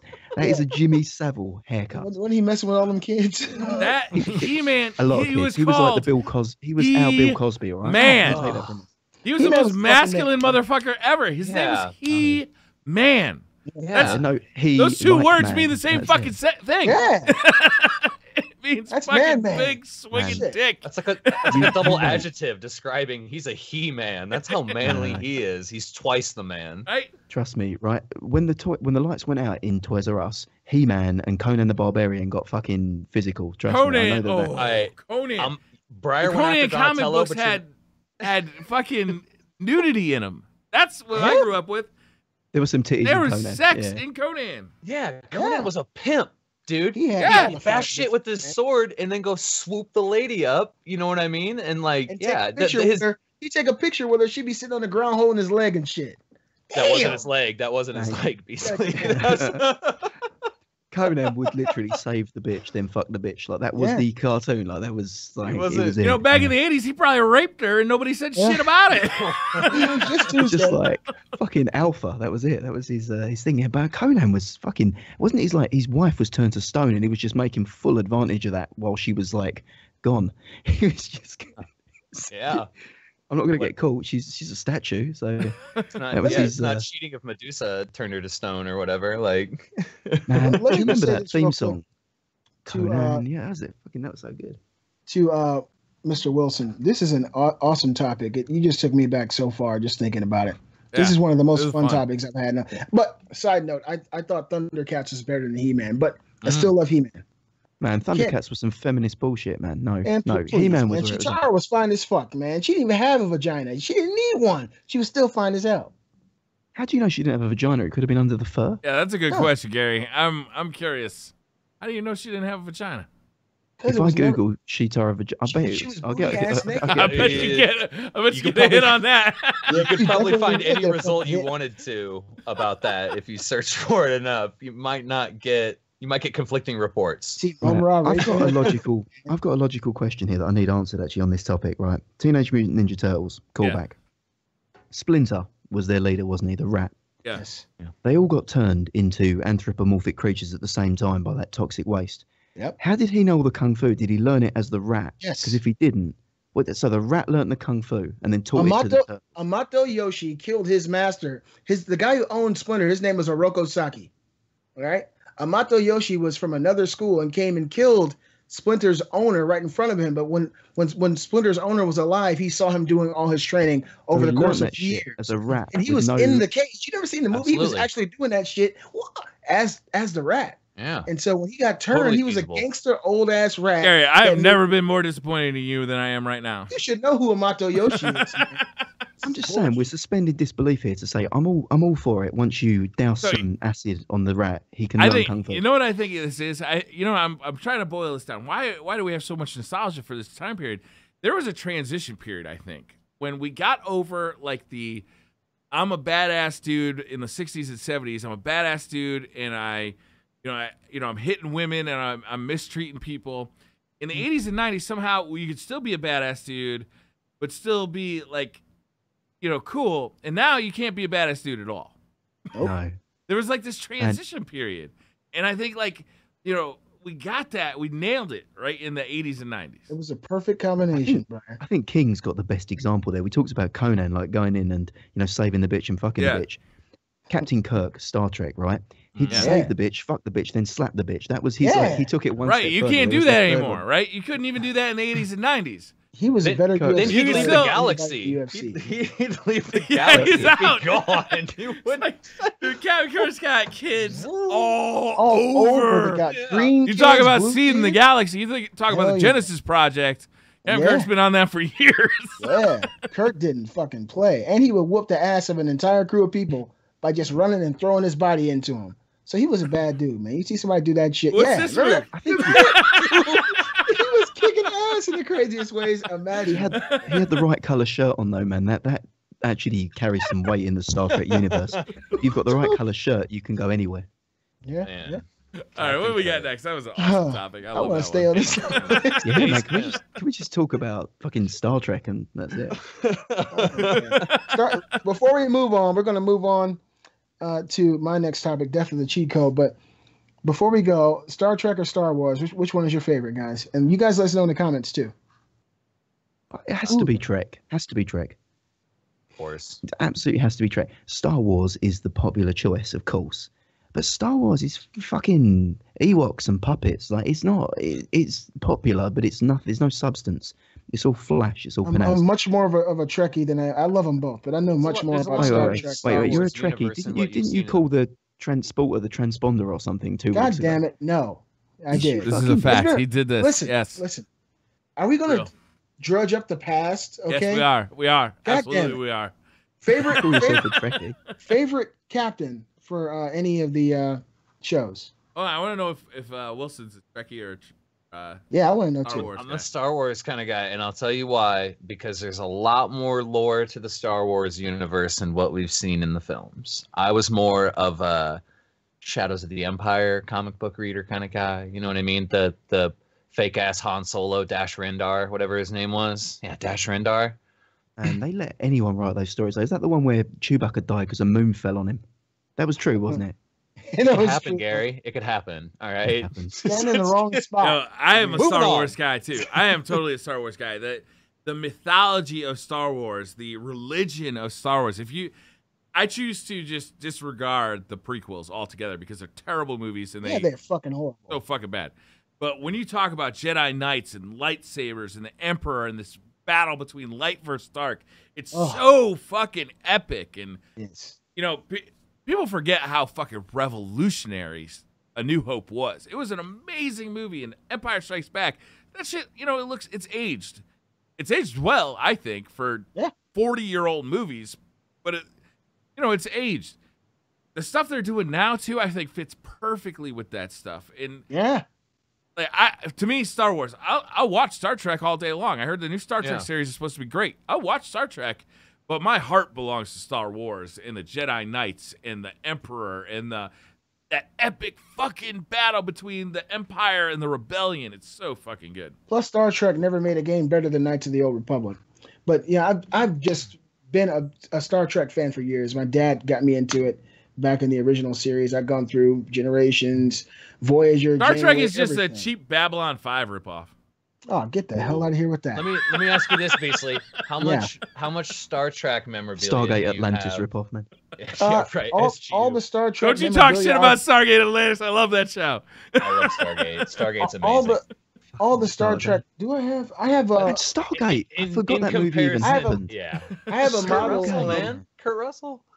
In my storage Kurt Russell as well. He was on my list of the original actors Enterprise last week. Wait, we've got to look this up.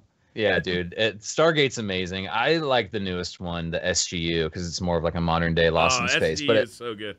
Atlantis was really good too. Shepard was a handsome man who played his part very well in that. So it was good. But like my question to you basically was, how much more Star Wars memorabilia do you have than Star Trek? Because I know you got two ballin' ass lightsabers that you busted out when the power went out. Twitter was so hilarious. Yeah, fuck you, Irma. Irma's gonna stop me.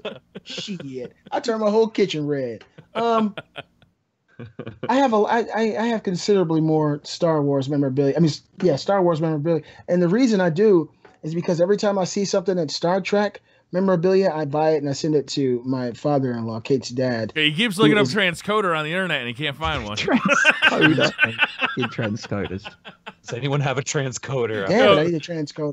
If you're in the mood for merchandise, right? You're looking. Maybe I want a little Star Trek merchandise. Maybe I want a little Star Wars.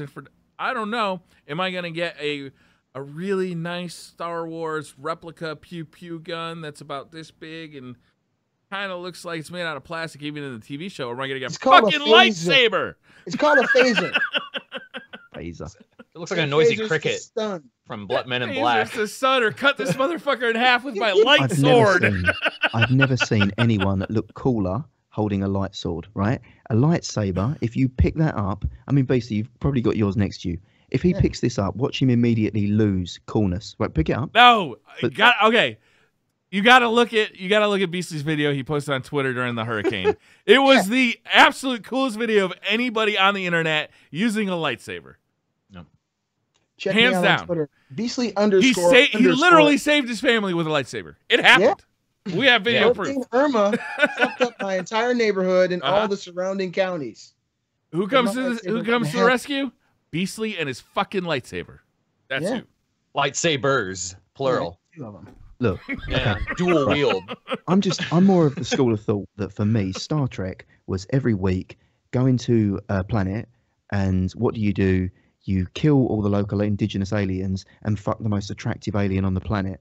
Whereas Star Wars, you kiss your sister. That's kind of as good as it got in terms of love interest. He's really going there, Briar. Oh, he's a really hot sister, though. Come on, man. Carrie Fisher was pretty hot back in the day in her prime. The thing is, right, you don't know what happened when they got back to the ship. That's the unseen side of it. I mean, it's obviously they had the little kiss before the swing, but yeah, that's the best part of it. You make it up in your own mind what happened. And Leia was doing. There's 2 kinds of men in this world, Gary. There's the ones who jerked off to Carrie Fisher in the slave Leia uniform, and the fuckers who are lying about it. Oh. God damn, bro. Drop the mic. That's Carrie Fisher was a freak, man. What can I say? I think that was like one of the first times I found I was like, I think I'm growing up because Carrie Fisher looks hot as hell in that outfit. I like this new Return of the Jedi movie a lot. Yeah. Yeah. What was your favorite Return of the Jedi? Why? I really like Jabba the Hutt. Man. That was pretty cool. Yeah, That was a real challenge. That was the secret challenge of Return of the Jedi, to see if you could nut before the scene went back to Jabba. That was kind of it. a fucked up challenge, man. What if you fail? Because if you didn't, it was over, man. Over. That was Game it, over. man. That's a hard ejaculatory memory to just shake away. Just Jabba the Hutt. Try it. Let us know how it goes next week. Damn, that's horrible. Or the Sarlacc pit, man. Although that's kind of a metaphor. Anyway. Yeah, but 7 of the 9 was hot too. All right, so God damn it. The next topic is the death of the cheat code. I wonder who's old enough to remember things like the Game Genie and Tips and Tricks magazines and doing incredible things in your favorite video game. Something that I think has kind of fallen to the wayside in the face of newer technology and prettier graphics. Whatever happened to the cheat code? Games like Contra. It's still alive. Basically, it's on PC. Open up that console. Start typing. Games like Contra, NBA Jam, and Grand Theft Auto have big roots in cheat codes. There have been some games that allow us to use cheats to alter the way we can experience a game, but it seems that there are fewer games that support cheats over the past few years. Do you think that cheat codes were a fun part of gaming, and what code did you like the most? This is for the co-hosts and for you guys in the comment section. Dude, I'll tell you right now, I rented a Game Genie for the first time from our local Blockbuster. And, They rented us? Yeah, they rented it out, totally. And I tried it out, and I'm like, this is the greatest thing ever, man. Like, you can change the gravity in games and make Mario jump high as shit. I remember I jumped from the beginning of World 1-1 in Mario, jumped, floated all the way through the air to the end. You got a preview of Mario 3. Yeah, basically. And, like, it was cool because it was different, and it wasn't like cheat codes and Game Genie and things allowed you to do stuff outside of the bounds that you would normally be able to do. Right. One of my favorite games for cheat codes was GoldenEye, man, because you had to do certain things to unlock those cheat codes, whether it be invincibility, paintball gun mode, big head mode. Paintball mode. Yeah, and it was really cool, man. Like, it wasn't quite like the Game Genie where you get the book, you put in the code, and if you fuck up one letter in that code, you got to delete everything and go back and re-enter that code. This was something that you actually had to work towards something in the like game. Halo Skulls, kind of. Yeah, absolutely. You had to, like, beat the facility in under 2.5 minutes, and, like, I couldn't do it. My buddy could, and then I could beat the Aztec level in, like, under 9 minutes. So, like, we switched cartridges and unlocked codes for each other, and there was a lot of fun stuff to be had from that, man. Like, a lot of good memories of. There's some games I couldn't even beat if it wasn't for Game Genie, man. Yeah. Like Adventure Island. I could beat Contra without just because I played the shit out of it. I only ever rented Contra, and that game was hard as shit. But I knew that up, up, down, down, left, right, A, B, start. Oh, it's like That's the most. to my ears. That's the most. Was it A, B, or BA? I think it was BA. BA. Yeah, you got it. You'd have figured it out anyway. But like, like Adventure Island, dude, fucking game was so hard, dude. And I could not beat that game unless I had infinite lives. There was just I wouldn't have seen the end of some games if it wasn't for cheat codes. It's funny because the cheat code culture kind of happened in the same time as the rental culture. So sure did. You'd rent a game for 2 days, and these games were hard. Like it's not like today where you play through a game in 8 hours flat. These games in the NES era and the Super NES Genesis era, I mean, they had, if you were to just walk through this content, it would take you an hour, 2 hours. So they had to be hard to extend the playable time range of the game, right? Is they had to be hard. But if you cheat coded it, you could get through it in 2 hours, no problem. So you would go rent a game at Blockbuster, your local video store. Then you'd go and look up the cheat code for it or put your Game Shark or Game Genie on it, and you could blow through that game no problem. Man, I remember when it was like real big business. So I don't know if you guys had Games Master in the States. Like we had it over in the UK, where like every week you'd submit a request on TV, and then they'd have Patrick Moore, the astronomer with the monocle. He'd come on with like a little kind of like robotic, kind of look like MODOK kind of like CGI on there, and he'd like answer viewers' cheats as if like he was the all singing, all dancing Games Master. Like, we had something similar. It was called Power Play here. Yeah. And at the end, the kids they put on a Velcro suit. The kid who won all the trivia questions would put on a Velcro suit, and they'd send them through a maze where the wall was lined with video games and consoles, and they could pull them off the walls and stick them to their Velcro suit. And if they got to the end, by the time the timer was up, they got to keep all that shit. It was amazing. It was called Power Play. What was the game? I mean, this is probably from the last topic. This isn't anything to do with cheat codes, but fuck it, I'm going there. What was the show that the kid used to put on like a fucking helmet and go into like a sci-fi video game maze, and they'd have to like try to figure out how to beat like the enemies in each room? I know and what go this on. was. What was the name of that? So good. Was it Lawnmower Man? No, I'm kidding. Gotcha? Yeah, it was something like that. Do you remember that show? Yeah, it was just a Nickelodeon show. Fuck, what was the name of it? I don't know if it's a UK thing, but you go in and it'd be like a fucking, I don't know if Yeah, it was they'd have to sci-fi. like wade through like a slime pit and then like crawl up like an obstacle course. It was like an obstacle course. Awesome. I think Hugo's got it. Is it Nightmare? Nightmare, but like as in Medieval Nights. That was another one where you used to go in and be like a fucking court jester. Would like be like, this is room number 1. How do you know the secrets to get through? Oh, this like is kids... something different than what I'm thinking of. Oh man. Maybe this was a UK thing. Yeah. ITV, yeah, it's UK, man. We haven't got that memory there, but that was so good. We were talking about like, you know, that interactive game show where the kids could go in and actually play a video game. So good. So I wanted good. to quickly talk about some of the cheat codes that I dabbled in. Of course, the old Nintendo stuff was very special. But in the late 90s, there was a video game magazine back when there were more than like 3 magazines called Tips and Tricks. And Tips and Tricks, every month, they would compile the newest video game cheats, and they'd have articles about these cheats all the way through the magazine. When you get to the back of the magazine, every cheat that they had compiled would be like kind of in a glossary in the back of the book, so you never really lose any cheats. And I learned a lot of cheats from Tips and Tricks, and it's kind of sad in my mind, at least, you know, thinking about the good old days. It's gone now. But for me, some of the cheats that I enjoyed the most, I'd probably say I'd go back to Oblivion, the Elder Scrolls Oblivion. That game, when I first started playing it, it was a lot. It was a very heavy experience.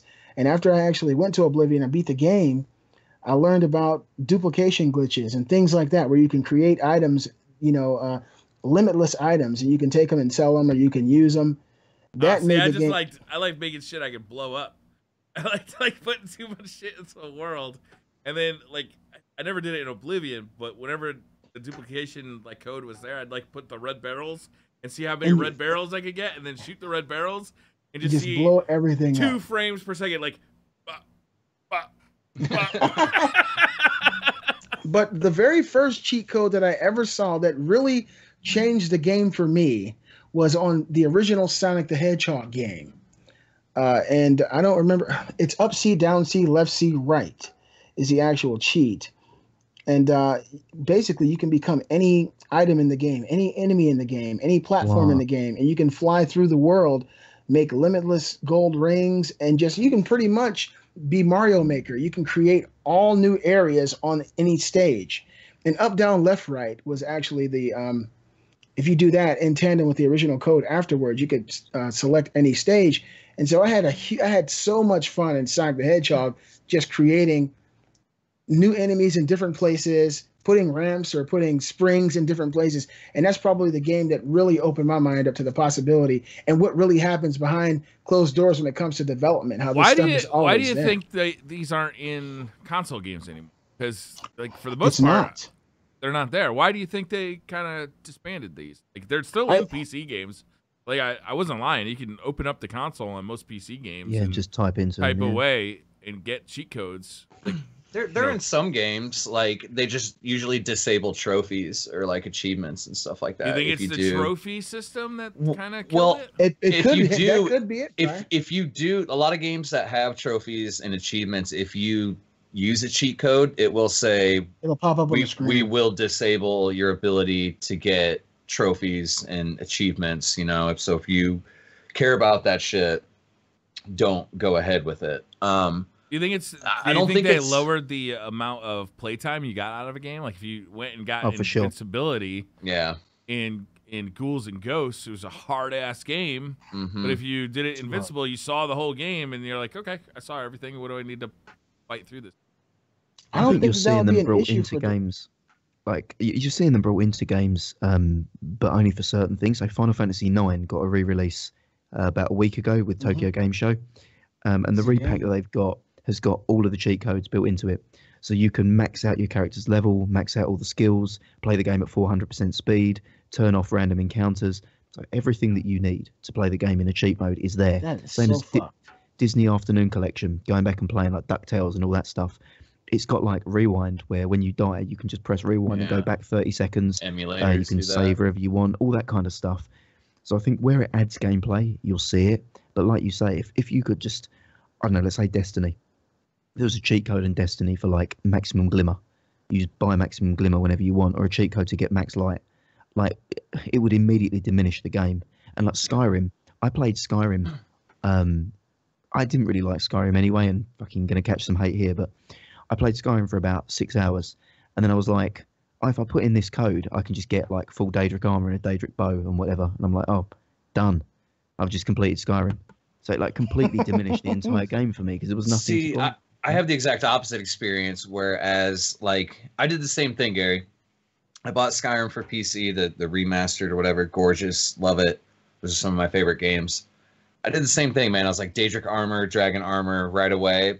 But to me, it's using that stuff, you know, like when you create that overpowered enchanted sword, and when you swing it and that asshole goes flying across the village, you know what I mean? Like that's one of the funniest things. But like one of the most popular cheat codes that I can think of to date is the Mortal Kombat blood code. Oh, can I say it? Can I tell you what it is? ABACABB. Yeah. See, me and Beasley know. Like it's that was huge, and that was the Genesis version. I don't think I need it. That's the Genesis version. Oh yeah, it's the Genesis version. Yeah, they didn't have it on the blood. Super Nintendo. It had sweat. Yeah, sweat and fake fatalities. Like crappy stuff like Sub-Zero freezing you and just hitting you, and you just fall into a block of ice. You hit ABACABB. This stuff is all still there. Cheat codes are still. I mean, cheat codes were originally, they're not cheat codes, they're development tools, right? Right. They wanted to test the game out, so they wanted to have like invincibility. They wanted to have these codes were set up so that when you were testing your game, you could go in and, you know, skip right to the level you wanted to. You didn't have to worry about dying because you wanted to get to the certain part to see, you know, what you just developed. And basically, the cheat codes, they still are there, but they've hidden them or they've taken them out for the full retail release. You know? So, like, it's kind of funny. Like, they were we called them cheat codes, but they're really just development tools. Shout out to GR Tamer talking about the tank code in GTA 3. That was the first Grand Theft Auto cheat I ever used, where you turn into a tank and you turn the gun around behind you and you start firing the gun and you actually can fly through the whole world. That was awesome. Good stuff. What do we got for the next topic? Where we bees Good at? topics tonight. This This really is good. Yeah. This is a very hot show. Next More one is, nostalgia, you know, with all this talk of nostalgia and stuff, because it's been a very nostalgic episode, in my opinion. We're really going back here. Games have come a long way since the old days, but every now and then, you know, you might kind of get the urge to revisit some of the old ones and see if they still give you the same feeling. More often than not, I find they do hold up. We'll find a couple of your favorite games, you know, back in the day that you may revisit that it just doesn't hold up as well. But basically, my question to you guys is, what were some of your favorite games growing up? And do you ever have the urge to go back and revisit some of those games? And I used to, Wilson, I used to have the urge, and then I started doing it, and I found that unlike your experience, they'd never hold up for me. Like they never control as well as I remember. They're never as fun as I remember. The story wasn't as good as I remember, because I think back in those days when I was playing Genesis and Super Nintendo and even NES, so much of the story was in my own head. I was young. I was playing the game. There wasn't a whole lot of narrative there. So I was just making shit up in my head. And, you know, going to play Shaken the Forever Man, that game is fucking garbage. I loved it so much. I love that game so much. You're a badass undead dude with 2 swords. Man, I played that, I think, 5 years ago again, and it was awful. It was a bad game. So many. I mean, there's some games like Super Mario Brothers or Zelda. Of course, they hold up because they're expert games. But some of my favorite games from back in the day. Super Star Wars is another one. I bought Super Star Wars for the Vita. That game is fucking hot garbage. And that got like 9.0s in EGM back in the day. Totally disagree with you on that. Oh, Gary that game is Vita garbage. and was Super Nintendo? I heard Super someone Star buying Wars? something on the Vita, Super and I just Star gotta Wars applaud is fucking trash. That's still the shit for me. No. Man, Play you it mentioned again, Vita. Beastly. I have it on Immediately- Super Nintendo. I love that game. Terrible. Immediately I mean, piqued like- my interest with Terrible. Vita. I feel like the handhelds are where you can actually go back and revisit nostalgia games and have a good experience Yes. on them. I wouldn't sit down. I mean, basically, it's about time for you to pull up the North Korean piece of shit that you call a handheld. My son was Um, playing Turtles in Time in the living room. It's in there. The handheld for me lets me still go back and have some of that moment, because I'm not going to sit down and play Super Star Wars for like 8 hours like I would have when it was a current line game. But if I'm on a train and I've got 10 minutes to kill and I don't want to play Pokemon Go or Fire Emblem Heroes or whatever shit block square game I've got to play, I can pull out my Vita, play Super Star Wars for 10 minutes, and it might be hot trash, but I've had 10 minutes of entertainment out of it. And that's how I like to experience those nostalgic games. It's just my own personal thing. The handheld has brought it back for me. For me, a lot of my past, you know, I connect things with video games and music, and sometimes I just want to relive old moments. And, you know, back when I was a kid living with my older brother, and Joe, shout out to Joe. And we spent every day together. We played every game together, and we can't do it anymore. But I'll still pull out my Super Castlevania 4. And to me, it still looks beautiful. It still sounds amazing. Donkey Kong Country, still an amazing game. I'll even play on my PS2. I played, I think it was Monday. I played Silent Hill 2 for 20 or 30 minutes just to remember what it was like. Didn't age It's as well so as I great. would hope. It's beautiful. It's so great. Yeah. Yo, Castlevania 4 was awesome because you could whip diagonally, man. It was Yeah, the man. only one that you could whip It was on a diagonally. whole new, and you could spin it around, Wilson. Let's You not could forget do about the that. little, like, you could fidget spinner with it a little bit, like you can standing make it there. dance. Man, Like you're waiting for your ride. Could you nay? That's the You question. could. Yeah, you can. You definitely Absolutely. can. I think Simon Belmont could nay. Absolutely. Fair enough. For me, 100%. He's for me, covering both nostalgia, bases. because I'm so close to 40 years of age, nostalgia reaches back to consoles that some people probably never saw, but for me, they were late consoles like the GameCube and 64. To me, Super Mario 64 will always be a classic game to me, and it looks the way it's supposed to look, and it feels the way it's supposed to feel. And when you pick up that 64 controller and you run around with the analog, it still feels special compared to playing with modern controllers I today. feel like that controller feels like garbage now. Really? Play I Mario really do. 6. Play Well, the Mario N64 64 with that Trident. controller. Like Oh, the, yeah. Dude, the I got- analog stick on Nothing. that There's nothing Yeah, better for that with the game than that controller. plastic with the plastic top and like the hexagonal ridges in there. It's like it's not a smooth Yeah. round surface. The way you have to move your hand to get to the D-pad, that controller, it was revolutionary at the time, but I mean, much better controllers have come out. Play Mario 64 emulated on a PC with a real controller, and you'll see the difference. Yeah, I have it on here. But for me, that original experience and being able to go back to it, of course, that controller, it's been 20 years. It hasn't stood the test of time. But when it came out and we walked inside Blockbuster Video and they had the kiosk and they had that controller up and you looked at that screen and you saw Mario 64, you're like, what is this? And you grabbed it and you played. It was a magical thing. It was the first time any of us had ever experienced that. And part of that magic still sparks in my mind when I grab that controller. Yeah, we got DualShock 4s and Xbox One X controllers and, Steam controllers now, which have superseded technology from the past. But for me, a part of that magic still lives on every time I revisit it. So the N64 had, I'm with you. It was cool at the time, but it notoriously after a while had that loose, like straight hot dog down a hallway feel, man. Like where it, and now this controller right here, it is doing something where the stick goes all loose and floppy, and I have compared it to. I said, dude, my stick. I said my stick is going all N64 flittle flop on me. Like it's not. And because people just be cramming on them, and you'd go over to your friend's house, and he'd be like, "Oh, you got to use this controller, bro." And it was, it was all fucked up, and you couldn't move the right way. That's what controller never got floppy? The Duke. The Duke never got floppy. The Xbox One. You see the Nintendo 64 controller was perfectly designed, right? It was perfectly designed for the small percentage of the world's population with bulimia. So anyone born with 3 arms was perfectly adequate, right, to play the N64 controller. Perfect. That 0.01% of the world's population, they didn't have a birth defect. They were just born perfect for the N64 controller. Right. The fact that you knew the name of that off the top of your head. Yeah, that's crazy. Damn. Somebody's been watching Total. What about the chick with 3 boobs in Total Recall? Can she play it? One more thing. I got a question. Who here has played Streets of Rage 2? And who doesn't think that game holds up and stands the test of time? Because it is totally amazing. I loved it when I was a kid, but I haven't played it.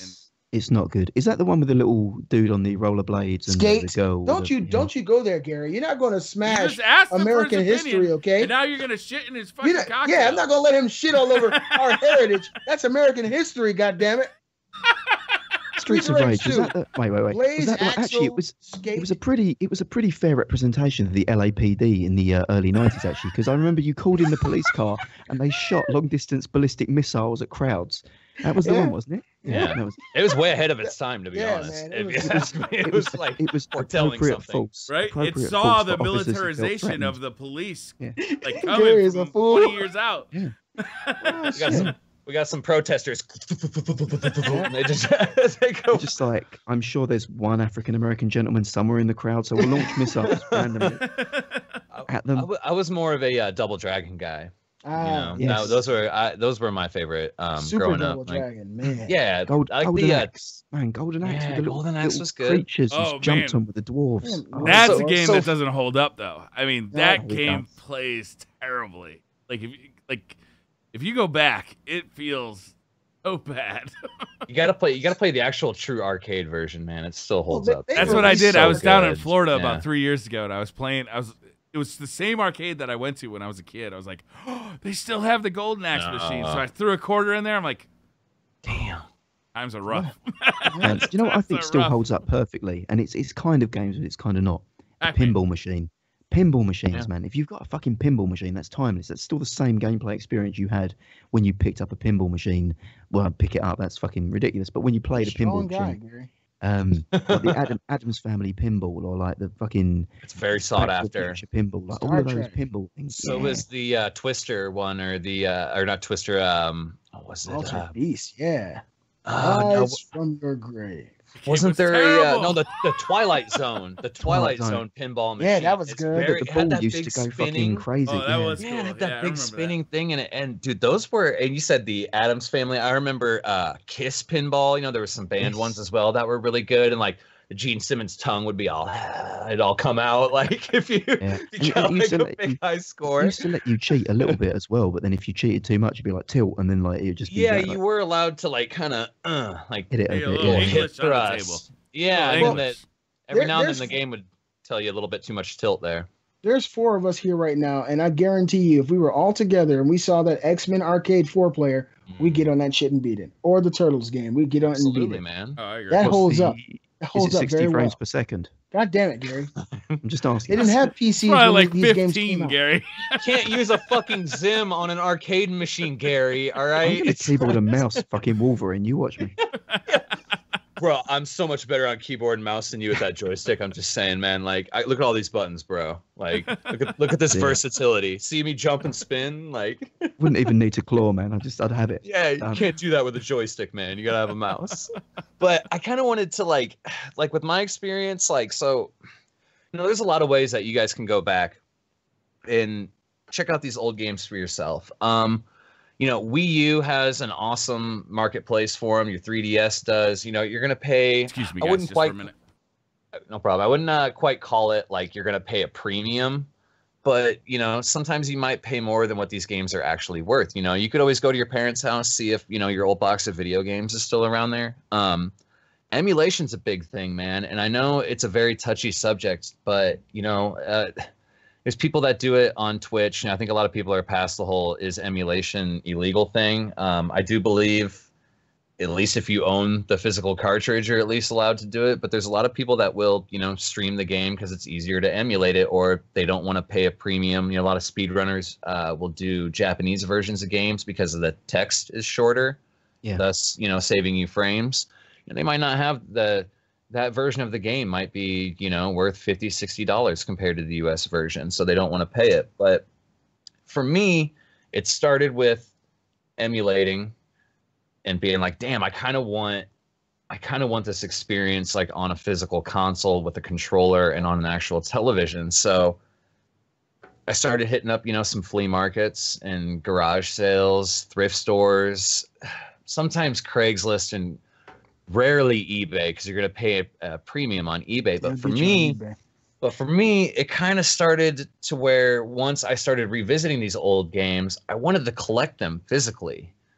And it gets very, very intoxicating when you're doing it, because you're getting out there, you're getting exercise, you're going places. I mean, Sam was even into it, man. Like, she'd be calling me like, yo, I just found this box Game Boy, and dude wants like $10. Like, I'm like, yeah, pounce on it. It's boxed, you know? That's like what I did with the Vita, man. That's like, for me, the Vita, as much as I love the console, the physical collecting of it for me, like I don't buy the game if it's digital.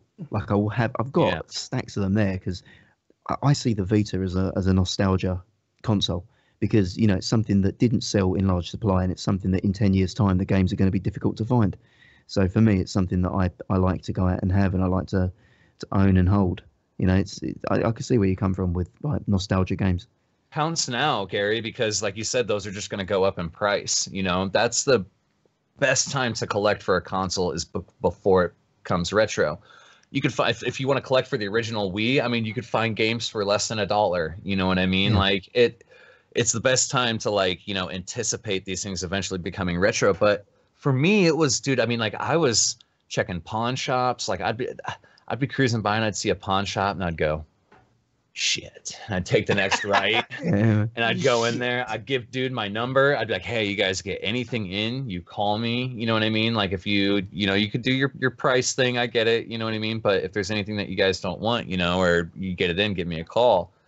And it became a really cool experience, man. You know, and just like any other hobby, dude, there's a lot of pros and cons that can come with it, dude. There's a lot of shady activity when you get into collecting things. There's a lot of fake versions of games out there. People are doing reproduction labels, so you could even rip the label off a game, put a new one on it, and sell it as that, and they won't find out till they get home and put it in their NES. Like, I've seen it all. Genius, dude, man. I've seen it all, dude. Like, I mean, like, people will go as far too as to burn the EEPROM chip, and I'm gonna say I've done this, but not to sell video games. So there was a game called Sweet Home for the NES, and it was Japanese only, and it was an RPG.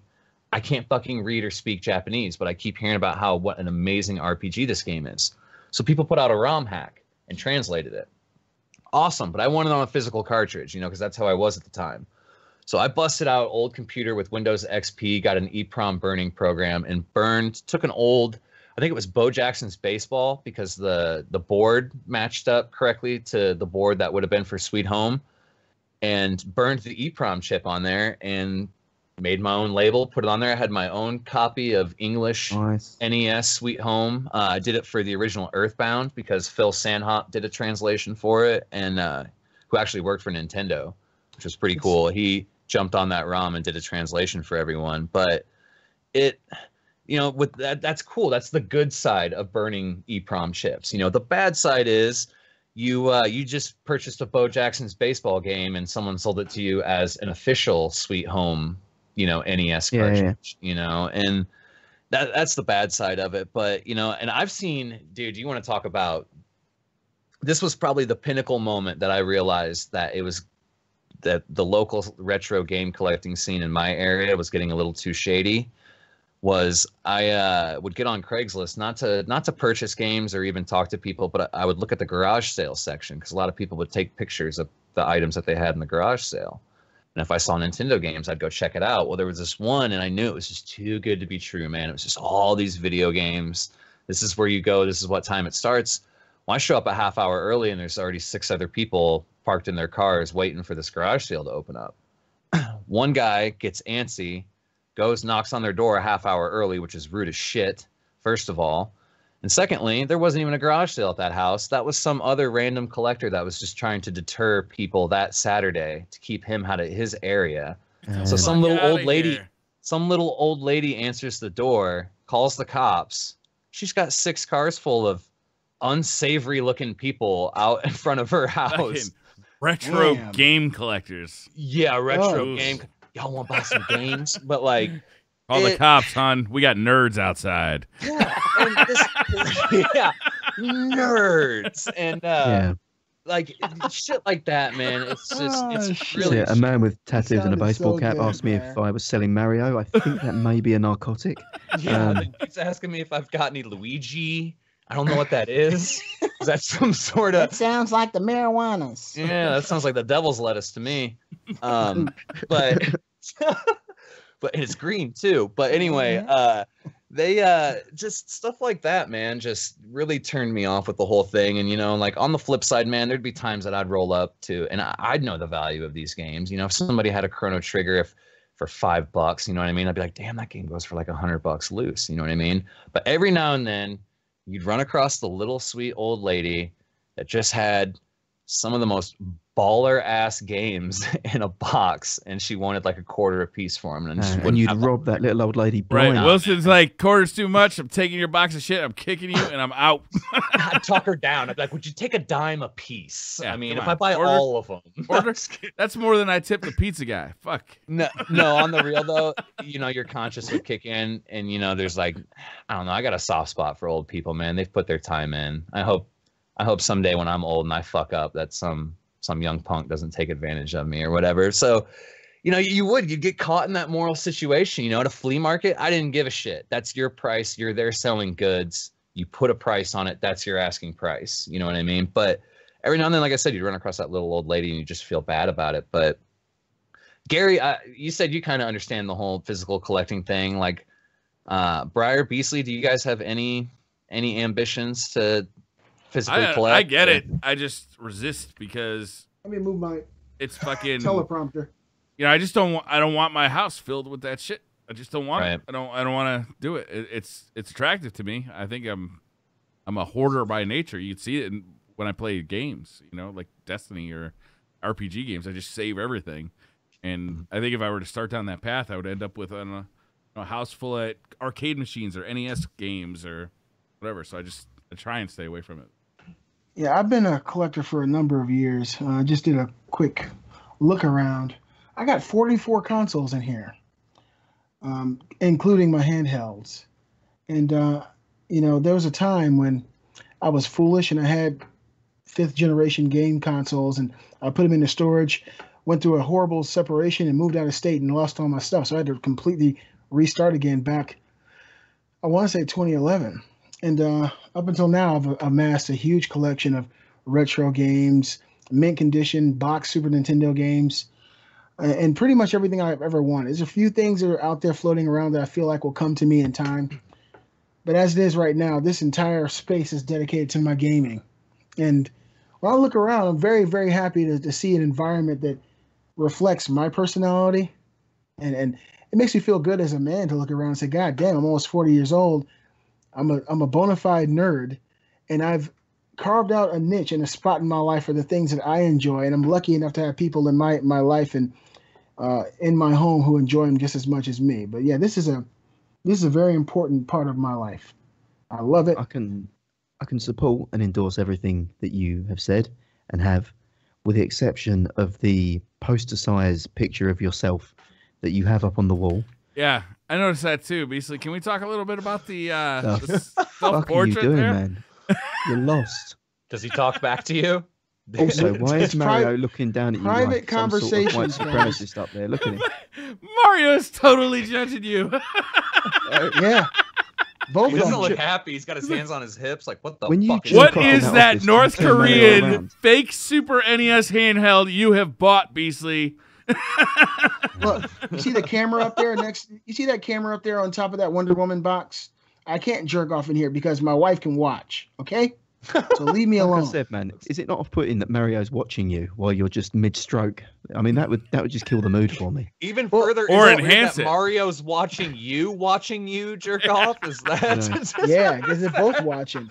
Now, That's like Inception. That's too many levels, dude. You're gonna get lost. You're now check it out, Briar. You know that Mario up there used to be in my bedroom, and he was right in the corner, and he was looking directly at the bed. So he's seen lots of just things that you can't even describe. So when you tell on your a kids, podcast. Mario saw me and your mom conceiving you. Yeah, he So did. it's- He absolutely did. I You can know, see it this in his new one, face. he That- saw that it all. Mario's got the 1,000-yard stare in his eyes, man. He's seen some shit. That's one deeply scarred Mario. Yeah. He's seen some angles that fucking Ron Jeremy's not seen. And just so you Mario know, Briar seen shit. and Gary, you see that little thing hanging up next to my window, the little bag with the red thing in it? That's another fucking poster. Yeah, so I got a backup plan, okay? You got That's two another posters of yourself in your Yeah. office? Yeah. like mirrors above. the Listen, bed for man, him. let me tell you this. In order to find someone in your life who loves you, you got to love yourself first. So, fuck off. Chat, is there anyone here who has not one but two posters, one being in reserve in case the first poster of themselves Yeah. gets damaged somehow? That's exactly why. No. I'm very proud of that poster. Jeez, man. Jeez. What's next? What else we got for topics? The last topic of the show is a topic by the good Briar Rabbit. He has a pretty just interesting topic, and he wanted to delve deep into the psyche of the co-host. The question is, are you a leader or a follower? You guys comment below. Let us know what you are, and we'll go around the round table, and we'll start off with Gary. Hold on. I wanted to introduce this a little bit because I was thinking about Okay. this today. I was in a situation. Everybody knows I do photography, right? On the weekends, I do sports photography. Basically, we take teams of kids, like sports teams, and we do we shoot the teams, and we do individual shots, we do team shots, and a lot of days, we'll have 6 photographers there. We'll have it all lined up, and I tend to approach that job like water. Right? Is whatever happens, I just kind of flow through it. I get through the day. I try and enjoy myself, being outside, being outdoors, enjoying, having fun with the kids, laughing and giggling. I find that's the best way to approach the whole day. Other people, they need to very much be in control. They need to be in control of everything that's going on. I just don't feel like that. I've been in management positions in days past, and I don't enjoy that at all. When I run raids, I don't like to be the raid leader. I don't like to be that guy. I like to be the guy who, sure, I know what to do, but I'm not out there bossing everybody around. Not that the raid leader is bossy, but it's just not the role I like to play. I don't like to be that guy. I'm happy in my life not leading people, not being management. In fact, I find that I'm happiest not even being the follower, but kind of being that lone wolf. I don't work well with other people.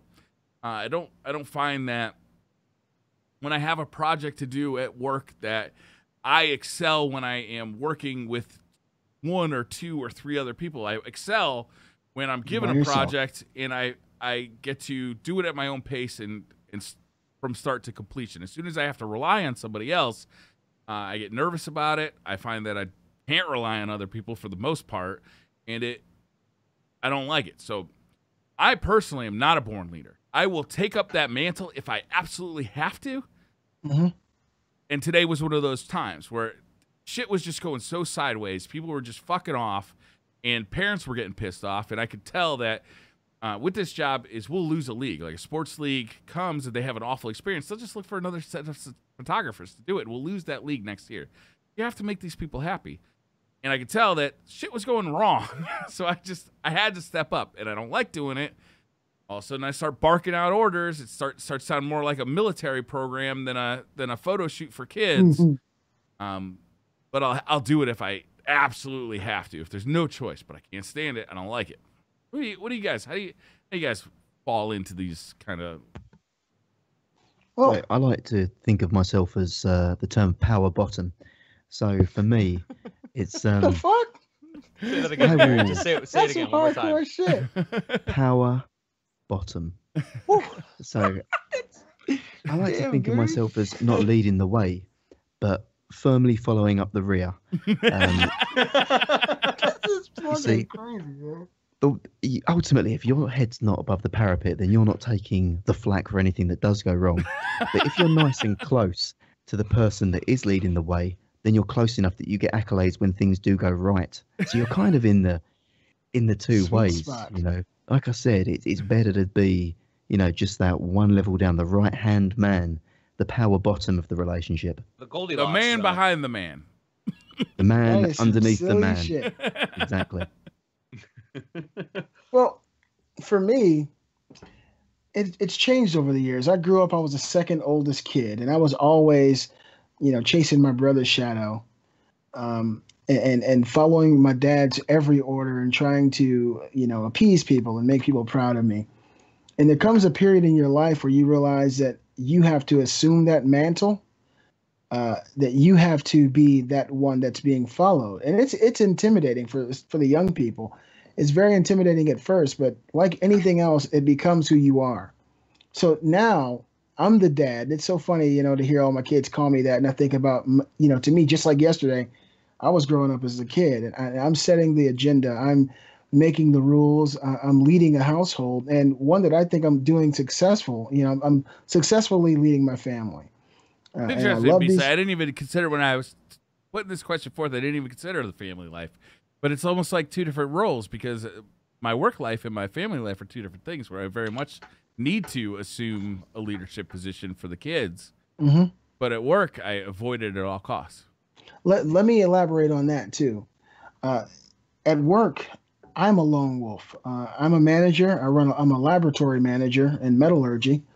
I have my own workspace, and it's not to be invaded by anyone unless people come in. They need certifications and stuff. And if I'm out of my office, if I'm sick, or if I'm taking a vacation time and I come back, all hell's broken loose. So I can't depend on the people I work with either. And the only reason that I am rising through the ranks of my employment is because I've set my own agenda. I know exactly what needs to be done. I've been doing it now for a number of years, and I'm good at it. But I don't want people in my space. I don't want people getting me sidetracked, and I don't want to depend on anyone else, because I am the lone guy. So I think I lead, but I lead when when I'm by myself. So you really can't see it. You know, if I'm in my office alone, I set my own agenda, I set my own schedule, and I execute. I get it done. But there's a lot of people around me. Things can go sideways so quick. I just prefer to be by myself. So I'm just like you in the workplace. Family life's different. You got to pull out the strap and bust a few heads, but it's all for the good. You know, this is the thing for people who have children. Gary, you have children. Briar, you have children. As a parent, you want to create functioning, morally competent people who are the evolution of what you are, the better version of what you are. And in order to do that, you have to assume a leadership role, recognize your faults, and try to divert your children from them. The hardest thing, BC, for me to learn was that sometimes the way to make my kid happy long-term, happy short, or unhappy short, right? It's absolutely. Like, if I want to build a functioning adult, and that's my goal as a parent, right? That means that the child has to suffer in the short term. Yeah. Sometimes, not all Perfect. the time.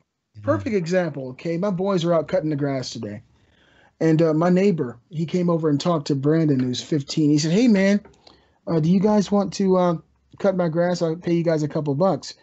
And my son was like, I don't know, I guess. And he said, let me go ask my dad. And so he came in the studio and said, Dad wants to know if we'll cut his grass. He said he'd pay us some money. I said, well, you go and work out your deal and see what he's going to do.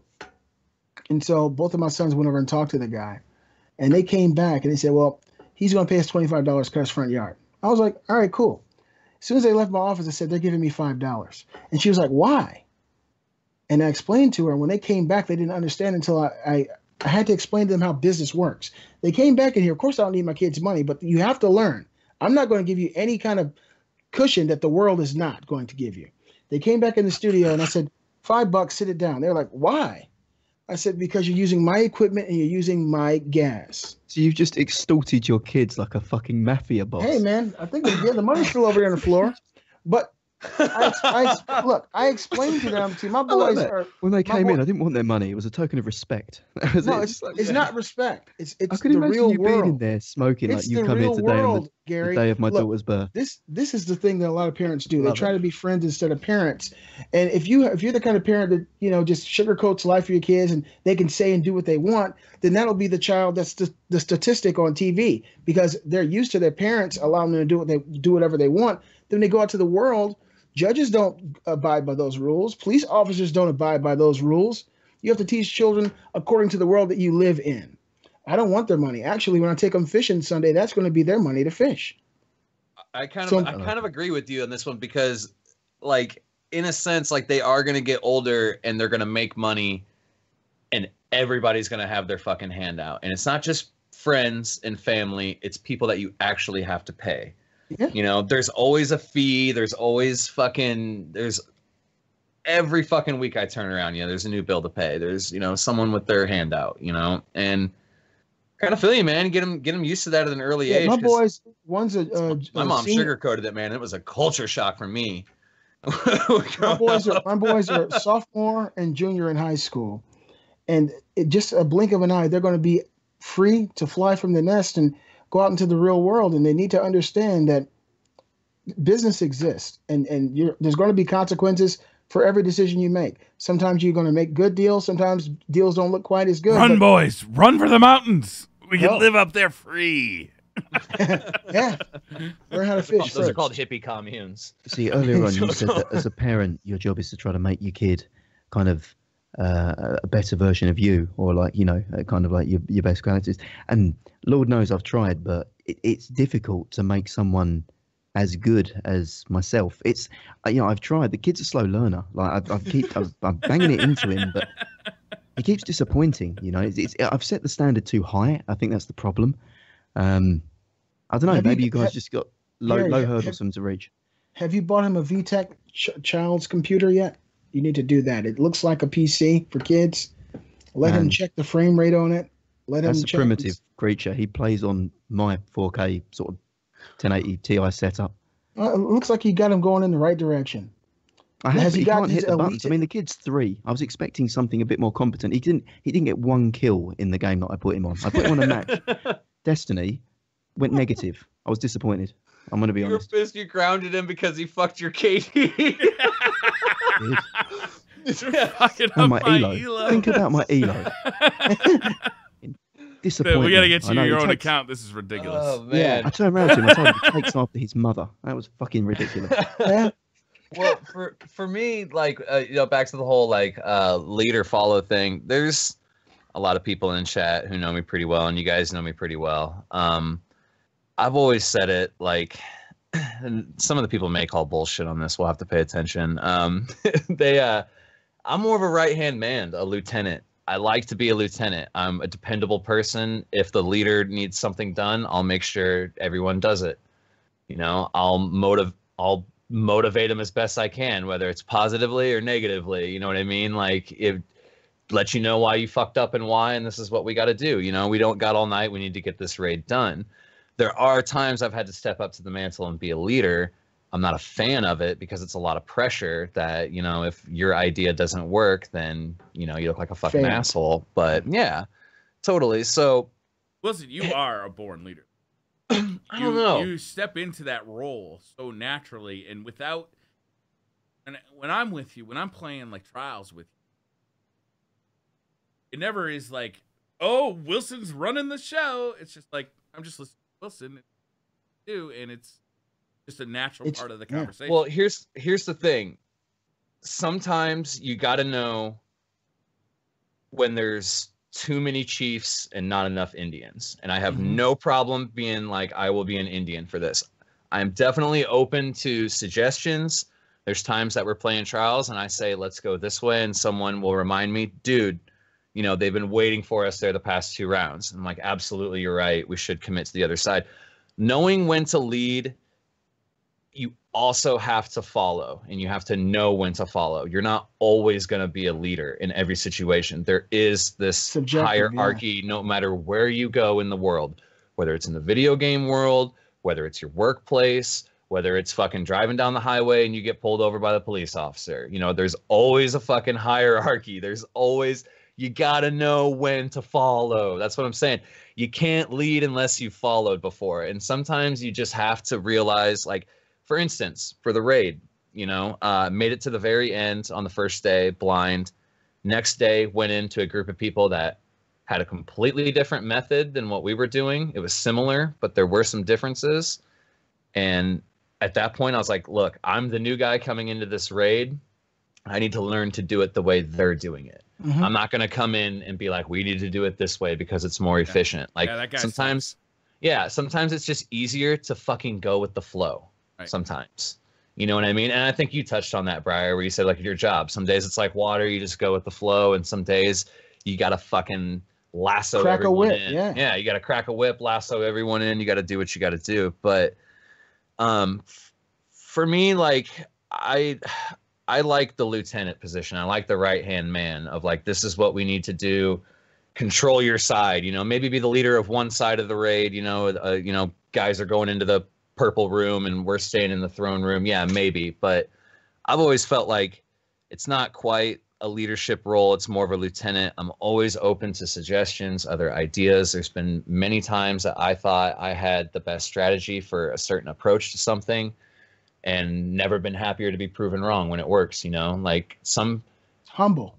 Yeah, humble. Exactly. Like, you know, like the 4 of us, if the 4 of us went into a match or whatever, like, the 4 of us are each going to have a different perspective on what's going on and what a potential solution may be. And not everyone's going to have the solution 100% of the time. You know, it's always, you're bouncing ideas, and sometimes new ideas come. That's part of good leadership, too, is recognizing the good idea, implementing that. Yeah, and like sometimes ideas don't even come about if you guys weren't bouncing them off each other to begin with. You know what I mean? Yeah. I mean, I guess if I apply it into my job, my role, I like to kind of think of myself as the little finger of financial services, kind of like trying to control as much as possible, but from the back lines. You know what I mean? Like for me, I think good leadership and good diplomacy is never knowing, people not knowing that you're ever influencing them, and not knowing how much you know and never showing your hand. You're a scary fucking guy, Gary. Damn, man. Gary's been playing us the whole time. That shit. Whoa! Game of Thrones epic, mind blown. Gary is Littlefinger and been pulling the strings the whole time. I know, man. Chaos is a I was wondering where I got all these fucking Vitas from. Yeah, I just bought a brand new computer and everything. What the hell? That's just how I've approached my life, man. I try to, again, influencing people is the best thing, you know, that you can possibly do. If you try to lead people, then you're always, as I said, in the forefront, being visible, being seen. Influencing people, on the other hand, is far safer and easier to do. They don't even know you're leading them. It's generally Briar, a stronger he just position. owned you, Briar. How much shit have you bought? And just think of the way that he introduced it to you. Oh my God. He's thinking about it now. That's how we met. He was selling me a Brian told Oculus me, Rift. he said, yeah, I've been hanging out with Gary. I'm getting ready to spend $20,000 on this. Who the fuck is Gary? Who the fuck is that guy? Wise man, bad movie. Right. Wise man once said in a bad movie, the smartest trick the devil ever pulled was convincing us he's not real. Yeah, and that's true, man. How dare you, Gary? That movie is awesome. The Devil's Advocate. Yeah. Bad movie. Keanu Reeves. Fucking Al Pacino, man. It was not a good show. I couldn't enjoy it, dude. I went and saw that movie with my parents in the movie theater back in the day, and I'm pretty sure there wasn't there like nice sex. Wasn't there a sex scene in that? Yeah. I was like, what the fuck? I'm like I'm at the movies with my parents, and there's a sex scene. This is weird. Turn your head, Ryan. Man, No. funny film sex story. First date. Have you ever seen what's it called? History of Violence with Viggo Mortensen, where he is That was the best sex scene of all time. Aggressive eating out going on, right? And I went on a first date to see that movie. He went down on that bitch on the stairs pretty fucking aggressively, and I was just like, beating the hell out of it. I like this guy, man. I was like, is she gonna expect that from me now? Right. He's tossing some salad. That was like some fucking romaine lettuce getting tossed in that episode. Gary's in a position. Is she expecting this? Do I go for it? Do I take the aggressive approach, or sometimes I'm gonna watch this girl make a decision on her based on her reaction. Sorely disappointed if she is. Yeah, literally sorely disappointed. Viggo Mortensen's a freak. I was like, Aragorn, man, you got fucking. Hey, Gary, 0 to 100 real quick. He's not fucking with hobbits no more. He really did that, Gary. There's no way that wasn't really done. Oh, he was in there. Yeah. So if you guys haven't seen The History of Violence, an incredible film, please check it out. I would like to say this before. I wonder why my wife kept recommending that movie. Now I get it. Somebody trying to tell you something. It was some freaky ass shit, man. It was like you gotta check out History of Violence. It's levels. fucking phenomenal. It's my favorite movie of all time. You gotta watch it. Yeah, you gotta watch it. It was out of character. I've seen a couple of movies like that. There was one of them I saw where the girl just fucking gave him like a full-on blowjob in a park. Just some weird shit that I've seen. But you gotta admit though, Gary, that movie, the twist of that film was incredible. Right? I don't know. It went a bit John Wick towards the end. It was just the first 10 minutes of the film. It's just the like first 10 minutes was fucking crazy. First 10 minutes, I was like, this is Aragorn of fucking Gondor eating a bitch out in the cinema. Like, and she was fine as hell. I was Tastes shocked. like baby powder, Gary. Tastes like baby powder. Let me just say this before we close the show today. Baby powder, man. This episode has been the favorite episode I've ever done in my entire life. I've had so much fun talking to you guys, looking at the comments and being in this group and sharing all these thoughts. I love the questions this week. You guys hit it out of the park. This has just been the cap of my week. And I thank you guys for being here and being a part of it. This was awesome. This is my favorite podcast I've ever done in my entire life today, this episode. It was awesome. Man. It was a good time. I've been laughing my ass. I'm still laughing my ass. I'm going to be honest. I was just killing time until I went to bed. I'm just here. I was watching you drink that Monster drink. You'd be up till 4 a.m. I've still got more to go, man. I'm gonna go watch History of Violence after this if I'm going to pick up some tips from Viggo. Yeah, watch that movie if you want to learn. If you're going on a first date, watch. Might want to let the monster energy wear off before you attempt to recreate that movie. You might go a little too hard. Side note, it's fine, man. I'm gonna get my stride on. You know, there's a day when the strength of man may fail, but it's not this day. That's gonna be my chant before I go down. Check it out, guys. The very first movie that Kate and I ever went to see was called Obsessed with Idris Elba and Beyonce. I can't remember the other actresses in the film, but it was about this professional, well-to-do black couple, Idris Elba and Beyonce, who work in a very prestigious part of town.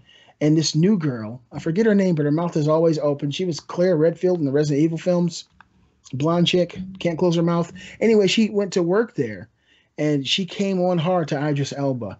And it was some real fucked up shit she was doing, trying to get this guy to get into her pants. And that was the first date that I went on with my wife. And I told her that that's exactly what was going to happen to her. And it was true. And she's watching right now. I was right, wasn't I? You know what? As we're ending the show, and I think we should keep it on the topic of schlongs because that's been what we've done. Little project for you, homework for all of our viewers here. Dick-related homework. I like it. It is. If you've got time and you've got private searching up, I'd recommend incognito for this search here. Idris Elba, big dick, right?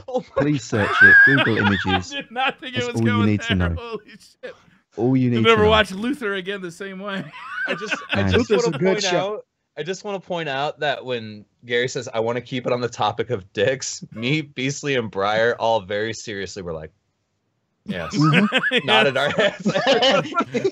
More dicks. We're Yes, used we to it. all are in agreement.